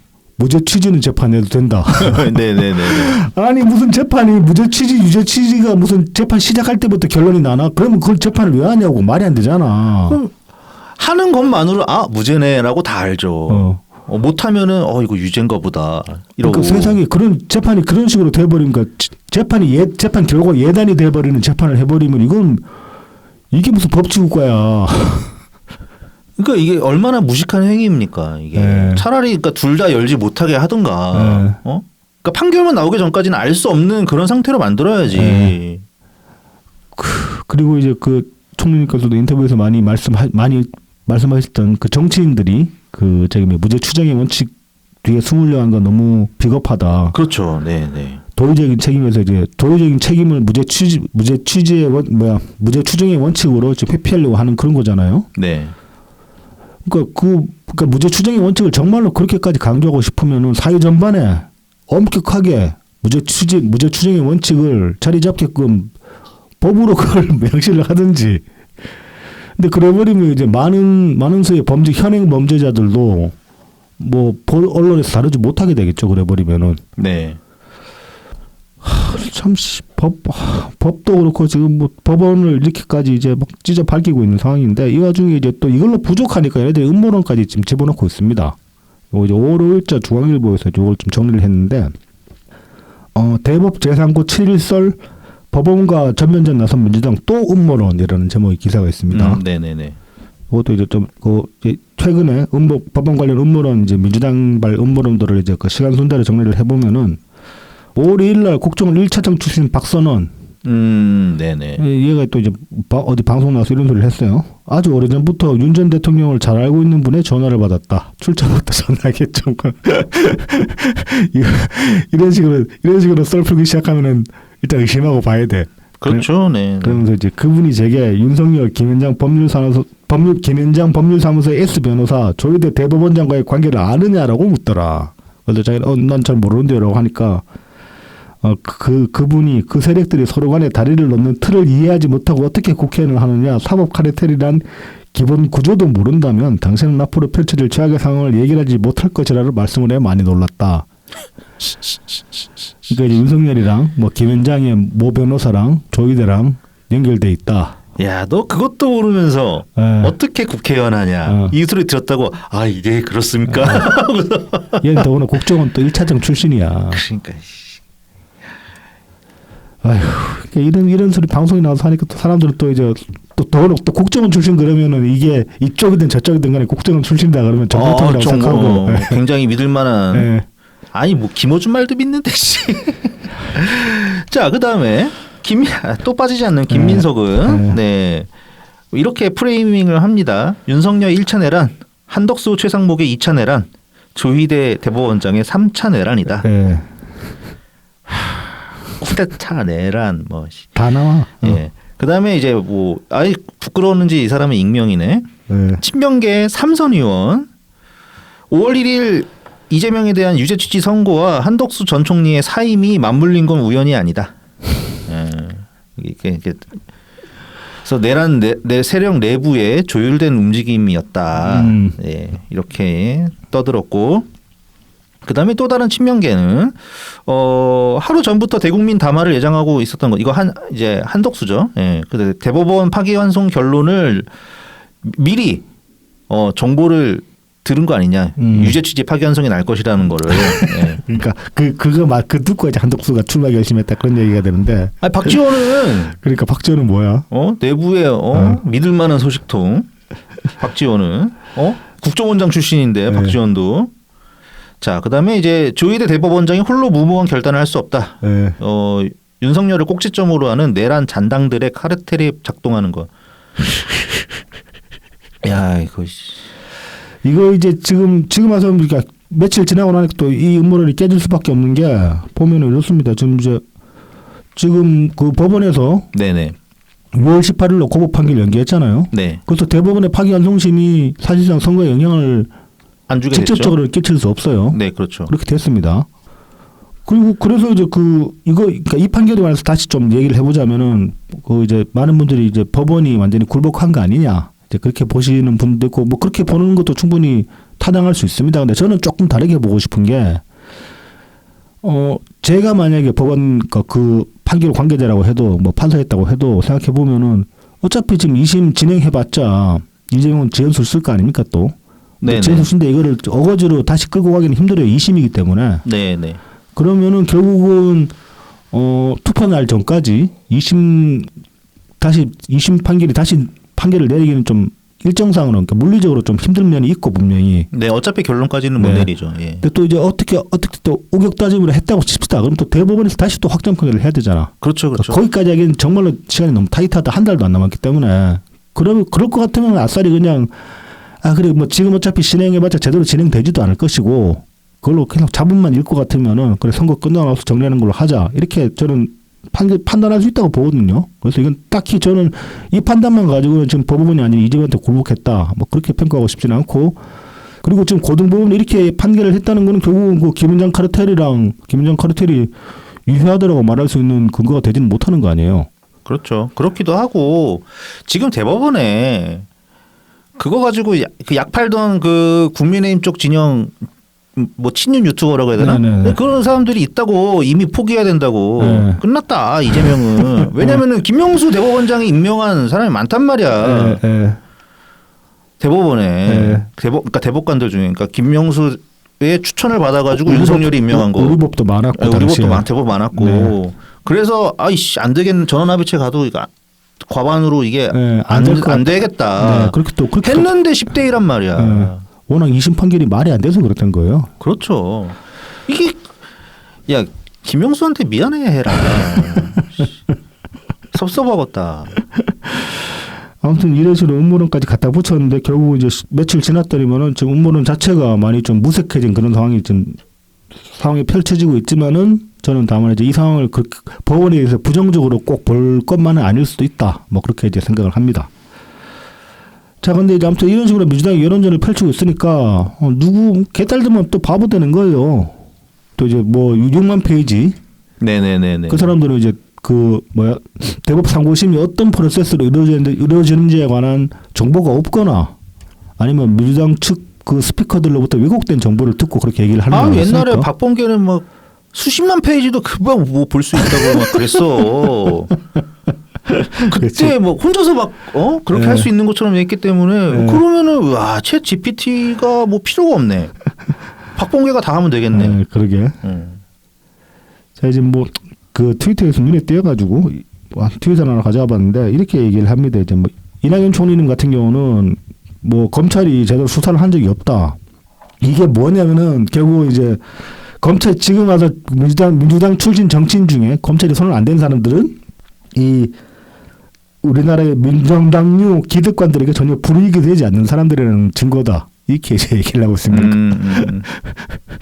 검찰이 그러니까 그 민주당 배지들 중에 이게 말하자면 얘네들이 말하는 기득권에 해가 될 사람들은 검찰을 시켜서 건드린다.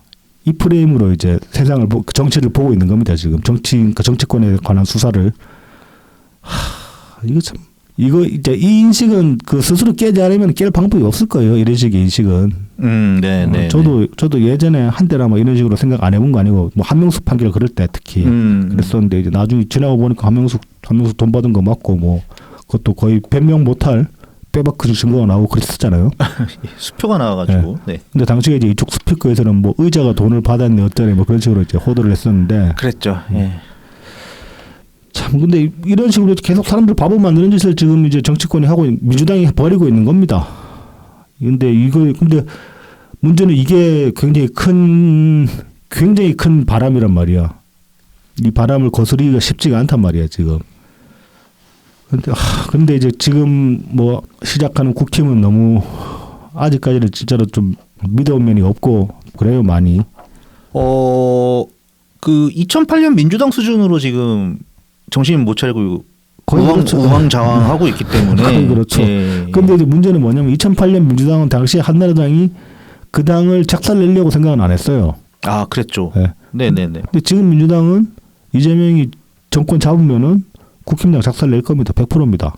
이명박도 안 하던 거예요. 네. 네. 아니면 작살 안 내더라도 경북 말씀하신 것처럼 그 영남 지역에 영남 지역당으로 쪼그라들게 될 겁니다. 그러면 그냥 이래나 저래 일당 독재가 열리는 거예요. 그 상황부터는 그때부터는.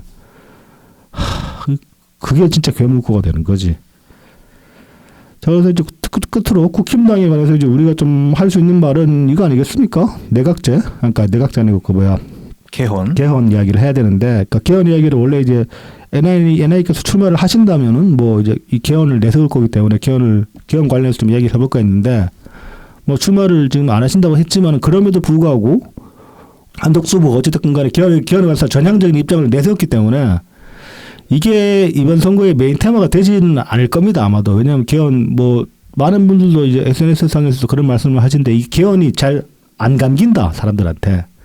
와닿지가 않는다는 거죠. 뭐 경제 같은 거에서 이제 내세우는 의제에 비해서 이제 직접적으로 좀 피부에 와닿지 않아가지고 잘 안 감긴다 이제 그런 면이 있는데. 그러니까 뭐든 와닿지가 않을 거예요. 그러니까 그렇죠. 경제 정책도 그러니까 정책 실종 상태로 아마 갈 겁니다. 그러니까 민주당은 뭐 그냥 거의 이제 굳히기 느낌으로 계속 경제 정책 같은 거를 떠들기는 할 텐데 그것으로 뭐가 더 지지율이 뭐 올라간다던가 그렇지는 않을 것 같고 그걸로 끌어올린 지지율이 이미 예전역에 다 끌어올렸기 때문에 다 끌어왔고 뭔가 변화를 줄 수 있는 여지는 없을 거예요. 그러니까 지금 강하게 작동하는 거는 계엄에 대한 심판론이 가장 성격이 크기 때문에 예. 그러니까 미래가 뭐가 없다는 거지. 지금. 그래서 이제 이 개헌론이라는 게 사실은 개헌론이라는 것도 계엄 같은 상황을 다시 이제 발생하지 않게 하려고 하는데 이제 그 본래 취지가 있는 거잖아요. 네. 비상님 그런 면에서 보면 사실 이제 한덕수 후보가 이제 개헌에 전향적이었기 때문에 그리고 네. 그 말을 그대로 그 말이 이제 허언이 되지 않게 하려면은 사실은 선결 조건이 그런 거예요. 윤석열이랑 선을 긋는 거. 네. 윤석열이랑 선을 그어야 개헌을 얘기해도 정당성이 생기는 겁니다. 그렇죠. 이 개헌 얘기가 나오게 된 계기가 계엄이기 때문에. 그렇죠. 네. 그래서 이제 그런 점에서 좀 논리적인 정합성을 갖추려면 그렇게 할 필요가 있는데 거기까지 할 수 있을지는 모르겠지만 정말 그렇게 그거라도 했으면 좋겠어요, 진짜로. 뭐 그래서 이제 그럼에도 불구하고 개헌이 메인 테마가 될 가능성은 크지 않아 보인다. 쉽지 않다. 네.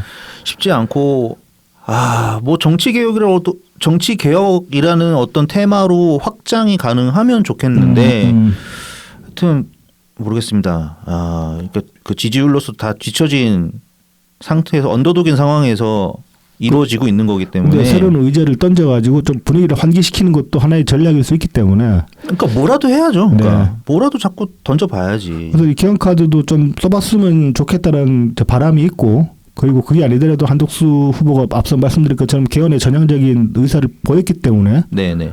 우리로서는 개헌에 관해서 이제 한덕수를 향해서 얘기할 만한 명분은 있는 거죠. 네. 이제 그런 점에서 좀 개헌에 관해서 약간 이제 내가 얘기를 해볼까 하는데 다른 게 아니라 이제 SNS에서 저도 이제 봤는데 내각제랑 그 이원주 정부제랑 어떻게 다른지 잘 모르겠다.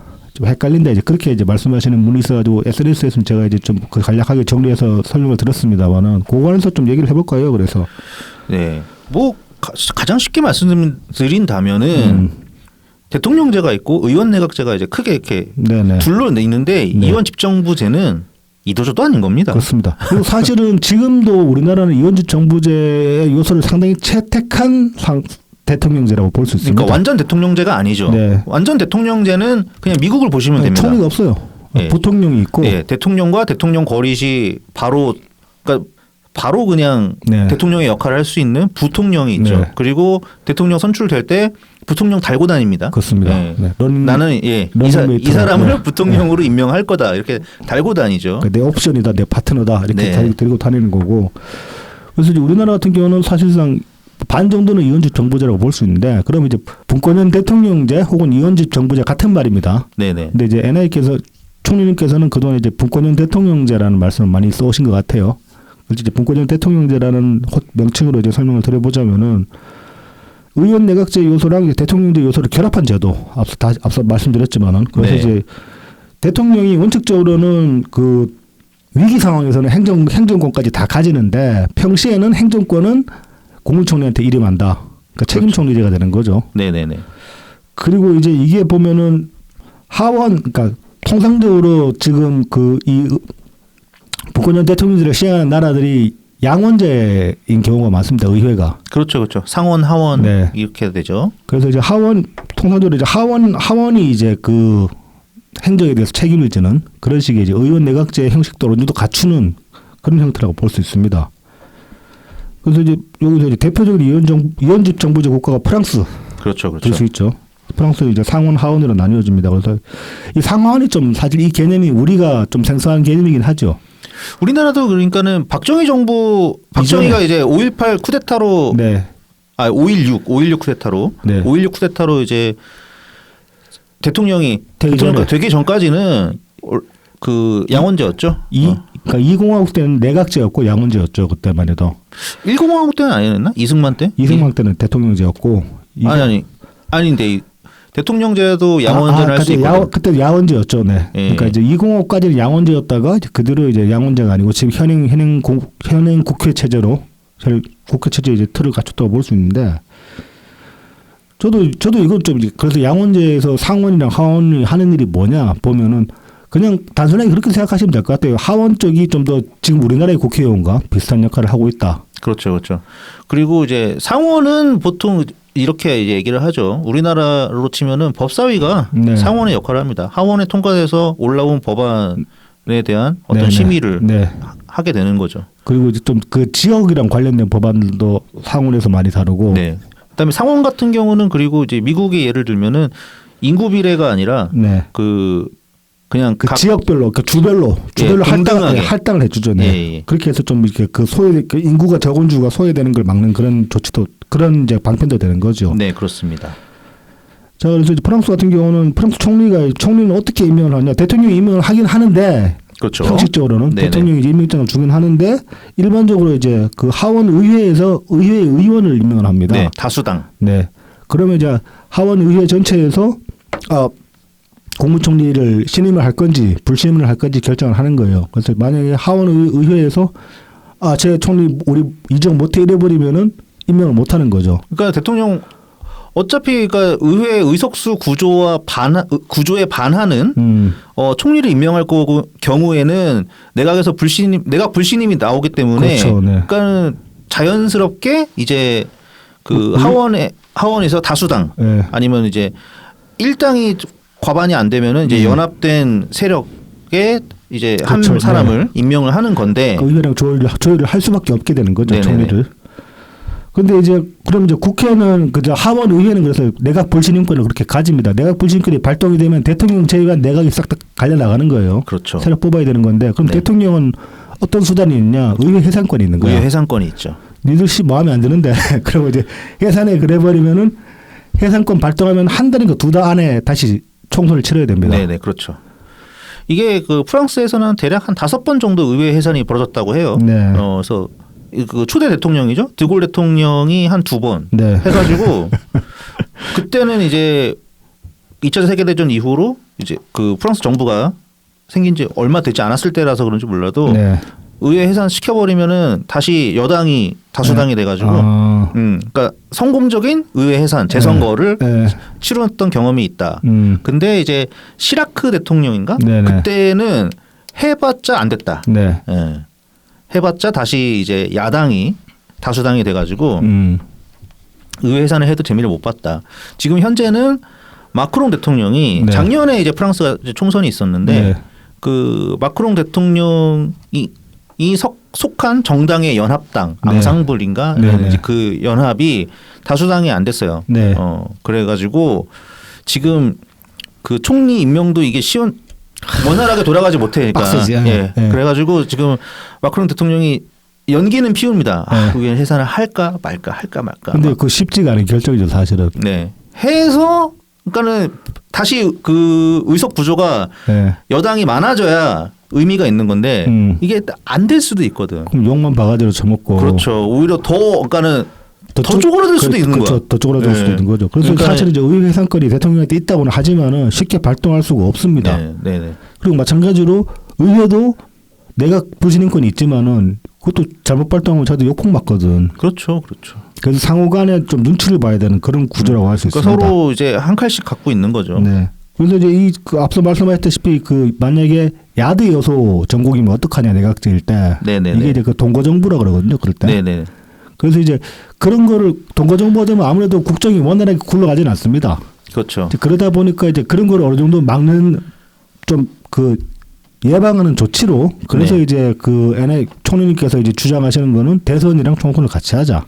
네네네. 그래버리면 아무래도 뭐 대선에서 이기면 총선도 많이 가져갈 가능성이 크니까 바로 네. 이어서 해버리면 붙여서 하거나 이어서 해버리면 프랑스 같은 경우는 대선 뒤에 한 달 뒤에 총선하거든요. 같이 하진 않아요. 그러니까 그런 사례가 있네요. 프랑스가 네. 그렇게 하고 있었네요. 네. 그래서 이제 그런 것들이 있고 그래서 좀 정리를 하자면은 사실 의원 내각과 이원집 정부제는 지금도 어느 정도 시행하고 있는 지금 대통령제에 이미 이원집 정부제 요소가 반 정도는 들어가 있고 거기서 추가할 수 있는 게 대통령 그러니까 책임 총리제를 명문화한다. 법적으로 명문화한다. 그렇죠. 그다음에 그 대통령이 의회 해산권을 가진다. 국회는 내각 불신임권을 가진다. 요거 3개 정도가 법률로 추가되면은 그러니까 헌법으로 추가되면은 그 이원집 정부제가 완성이 되는 겁니다. 우리나라 같은 경우는. 네네. 근데 내각제는 뭐냐? 내각제는 말 그대로 의회에서 그 최고 통수권자를 그러니까 대통령이 잠깐만요. 없죠. 그 전에 그래서 네. 이제 그러면은 만약 이원집 정부제일 때 대통령과 총리는 어떤 권한을 가지느냐? 평시 기준으로 봤을 때 네네. 대통령은 외교랑 국방권, 국방에 네. 관련한 권한들은 다 대통령이 가지고 있고 총리는 나머지 행정권, 일반적인 행정권, 네. 뭐 교육, 노동, 경제, 뭐 문화 이런 분야들 그렇게 됩니다. 그러니까 책임 총리제로 생각하시면 됩니다. 그러니까 이낙연 총리님께서 문재인 정부 시절에 국무총리로서 활동했던 네. 그 영역이라고 보시면 됩니다. 자, 그래서 그럼 내각제는 뭐냐? 이제 말씀하신 것 말씀대로 말 그대로 이제 그 국회가 총리를 뽑아가지고 다수당이 행정 전체를 책임지는 그런 구조라고 할 수 있죠. 네. 뭐 가까운 일본을 보면 되는데 네. 이제 총선을 해가지고 네. 다수당이 나오면은 보통 그 다수당의 대표가 총리 역할을 하게 됩니다. 네. 그런 다음에 이제 장관들을 뽑아서 임명을 하게 되고 그렇게 해서 나라가 굴러가죠. 그렇죠. 어. 근데 이제 이 경우에 보면 이제 우리나라 같은 경우에 특히 이 최고 통수권자를 국민들이 직접적으로 뽑는 거에 대한 어떤 로망, 어떤 판타지 같은 게 있잖아요. 그래서 대통령제를 선호하는 면이 분명히 있잖아요. 그렇죠, 그렇죠. 그래서 이제 이스라엘 같은 경우 과거에 여기에 착안해가지고 총리를 의회에서 뽑는 게 아니라 직선제로 뽑았던 적이 있어요. 총리인데 대통령처럼. 네. 그런데 이제 그랬더니 어떤 일이 벌어졌느냐? 소수당 출신에서 총리가 나온 적이 있어요, 이스라엘에. 네네네. 그래서 이제 아주 상황이 골때리게 들어갔는데. 여소야대. 우리는 늘 네. 보던 거 많이 보던 거 아니야? 여소야대 아니야? 네, 그래서 이제 그 국회의원 선거를 치르고 그다음에 총리 선거를 해가지고 소수당에서 총리가 나왔어요. 네. 그랬더니만은 여소야대 전국이 되니까 다수당이 당연히 야, 저 새끼 뭐냐 이렇게 나올 거 아니에요. 네네. 우리가 의석수도 많은데 왜 쟤가 정권 잡아 이렇게 되는 거잖아. 그러니까 다수당에서 내각 불신임제를 하려고 이제 등등을 시동을 건 거야. 네. 그 총리가 이 새끼들 봐라. 내가 그래도 국민이 뽑은 총리인데 이러고는 의회를 해산을 시켜버린 거야. 그래서 재선거를 했다. 네. 그런데 그러니까 야대 여소는 그대로 또 간 거야. 아, 네네. 그러니까 또 다시 선거를 했더니만 또 똑같이 굳어가 가지고 또 둘이 싸워도 또 의회 해산하고 이렇게 내각 해산하고 이렇게 된 거야. 그 프로세스가 계속 악순환이 계속 굴러간 거예요. 그러니까 이스라엘이 이거 한번 해보고 이러면 안 된다. 그래서 직선제는 폐지를 했어요, 그대로. 네네. 그래서 현재 내각제 진행 중인 나라 중에 총리를 직선제로 뽑는 나라는 없다. 의회에서 선출을 한다. 그 정도로 이해를 해주시면 되고. 뭐 독일 같은 경우는 앞서 말씀드렸다시피 히틀러 때문에 네. 대통령이 사실상 그렇게 이제 영국 국왕 같은 그런 위치에 있다. 뭐 그렇게 보시면 되겠습니다. 네. 그래서 이제 의원 내각제는 의회 해산을 이제 총리가 합니다. 네. 예, 총리가 하고, 그러니까 그 여당의 지지율이 많이 떨어졌을 때 그때 이제 야 의회 해산하고 리프레시해. 재신임만 다시 물어보자. 한번 어디가 짱 잡나 한번 네. 다시 한번 해보자. 그렇게 해서 이제 물러나는 경우도 있고 재신임 했는데 뭐 더 형편없이 떨어지는 경우도 있기 때문에. 네네. 그 다음에 이제 그래서 보통은 근데 일본은 이제 웬만하면 다 그냥 자민당이 합니다. 대신 이제 총리는 바뀌죠. 그 이제 일본 같은 경우는 저는 이제 그런 우려들을 많이 하시는데 그러니까 내각제 요소만 도입이 돼서 일본처럼 되는 거 아니냐. 네네. 근데 일본은 전에도 말씀드린 적이 있는 것 같은데 자민당 자체가 하나의 의회라고 봐야 됩니다. 뭐 희한한 거죠. 그러니까 그 자민당 안에 계파들이 굉장히 다양하고 이 계파의 스펙트럼이 굉장히 넓습니다. 그러니까 중국의 그 목택동과 시진핑이 아닐 때의 네. 그 공산당이라고 생각하면 돼요. 안에 거기도 다양한 계파들이 있으니까. 그래서 그 자민당 안에는 극좌 빼면 다 들어가 있습니다. 그렇죠. 극좌 빼면 그거부터 그냥 좌파까지 다 들어가 있어가지고 그래서 자민당 출신의 이제 그 총리가 계속 교체가 되는데 정치색이 다 달라요. 다르죠. 이쪽 계파가 잡을 때 있고 뭐 네네. 다른 계파가 잡을 때 있고 그러다 보니까 그래서 그 단순히 일본 그 자민당 케이스만 가지고 일본 의회가 그러면 뭐 일본 의회가 완전 고착돼 있다 이렇게 보는 거는 좀 무리가 있습니다. 그러니까 역동성이 좀 부족한 건 사실이긴 한데. 네네네. 왜냐하면 견제를 안 받으니까. 네. 사실상 이제 그 견제할 수 있는 그러니까 때로는 외부 견제가 필요하거든요. 그렇죠. 근데 나머지 당들이 너무 쪼그라들어가지고 그런 면이 분명히 있습니다만은 그럼에도 불구하고 그걸 완벽한 일당 독재다, 뭐 일당 독주 체제다 이렇게 보기에는 또 좀 이제 무리가 있습니다. 그리고 실제로 국제적으로 평가를 해도 일본 의회를 독재라고 평가하지는 않거든요. 일당 네네. 독재 체제라고 평가를 하지는 않거든요. 그래서 이제 뭐 그런 점에서 좀 내각제에 대한 인식도 약간 바꿀 필요가 있는데 어찌됐든 간에 지금 이원집 정부제는 내각제는 아니다. 분명하게 말씀드릴 수 있어요. 그거는. 네. 뭐 국회의원들끼리 짬짬해서 다 해먹는 것도 이것도 아니고 그리고 결정적으로 대통령이 의회 해산권을 가지고 있다. 이게 지금 우리나라에는 없잖아. 없어서 어떻게 보면 또 문제죠. 그러니까 대통령이 할 수 있는 게 없어. 그렇습니다. 예. 그, 옛날같이 뭐 그냥 남산으로 끌고 가지 않는 이상은 할 수 있는 게 없다. 그러니까 사실상 민주당은 내각 불신임권은 없지만은 내각 불신임을 실행을 했거든요. 탄핵을 계속 날려가지고. 그렇죠, 그렇죠. 근데 대통령 견제 수단이 없다 보니까 그래서 비상계엄 때린 면도 분명히 있긴 있어요. 그런 점에서 보면은. 예. 차라리 그러니까는 우리 그 의회에 네. 내각 불신임권을 주고 그러니까. 그렇게 막 무식하게 탄핵 말도 안 되는 가짜는 이유로 탄핵 남발하는 거 그 꼬락서리를 보느니 예. 내각 불신임권 주고 대통령한테는 의회 해산권을 주는 게 이게 차라리 합리적이다. 그러니까 그 이제 NI께서 그 총리님께서 말씀해 오셨던 이원주 정부제도 그 책임 총리제가 부각되면서 네. 예, 좀 내각제로 가는 거 아니냐 이제 그렇게 우려를 하시는 분들이 있었는데 사실은 여차는 책임 총리제보다 저는 의회 해산권이랑 내각 불신임권이 있다고 보거든요. 그러니까 그 점을 좀 짚어가지고 사람들한테 설명을 해주면은 그러면서 이제 지금 윤석열이 왜 비상계엄을 일으켰냐 민주당이 어떻게 폭주했냐 그거랑 연결지어가지고 이야기를 하면은 좀 더 쉽게 받아들일 수 있지 않을까. 네네. 그런 생각을 해봅니다. 이게 이제 그 총리님이 이거를 기초로 나오셨으면 그것도 그것대로 좋았겠지만은 그렇지 못한다고 해도 실망할 일은 아니고 이건 앞으로도 우리가 계속 얘기해야 될 부분이 아닌가 싶습니다. 이 개헌에 관해서는. 네네. 그러니까 뭐 내각제를 너무 싫어하십니다. 영국 같은 경우도 내각제로 그 최초의 내각제 국가죠. 예, 어떻게 보면. 18세기 때 처음 시작했으니까 거기가 어떤 의회 정치가 지체될 때 약간 역동성을 주는 면도 있어요. 예, 내각제도 그러니까 나름의 역동성을 가지고 있고 네. 예, 굴러갑니다. 그러니까 단순하게 그냥 뭐 짬짬이해서 지들끼리 다 해쳐먹는다 이런 식으로 볼 거는 분명히 아닙니다. 일본도 가끔 그 막 참의원 선거 다시 막 그렇죠. 하고 예. 그래요. 총리 다시 하고. 한 번씩 판 뒤집어 엎을 때가 있죠. 그러니까 최근 그 신임 총리가 들어서게 된 것도 기시다 내각이 자꾸 지지율이 떨어지니까 그래가지고 해산하고 다시 선거했더니 일단 자민당은 됐는데 이제 기시다는 개파 아예 해체했어요. 네. 해체 선언을 하고서 그 재선거를 한 거라고요. 네네. 그래서 이제 신임 총리가 들어왔는데 뭐 소수파라고 하죠. 이 총리가. 그것도 이제 짜칠 수 있는 거지. 소수파인데 뭐 이렇게 막 극우 성향의 그런 사람은 아니고 뭐 나름 좀 온건한 스타일이라고는 합니다. 예.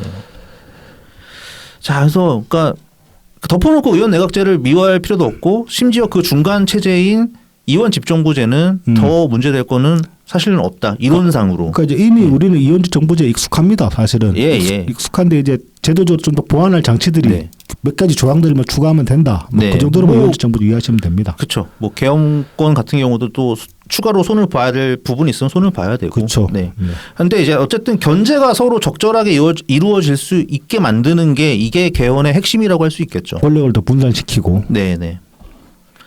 자, 그러면은 네, 저희는 이번 방송은 여기까지 말씀드리는 걸로 하고 네. 다음 주에 또 찾아뵙겠습니다. 뭔가 그러니까 뭐 기대는 안 되는데 분명히 또 익사이트 막 많은 또 변화가 있을 거야 다음 주에는. 다음 주까지 가면 또.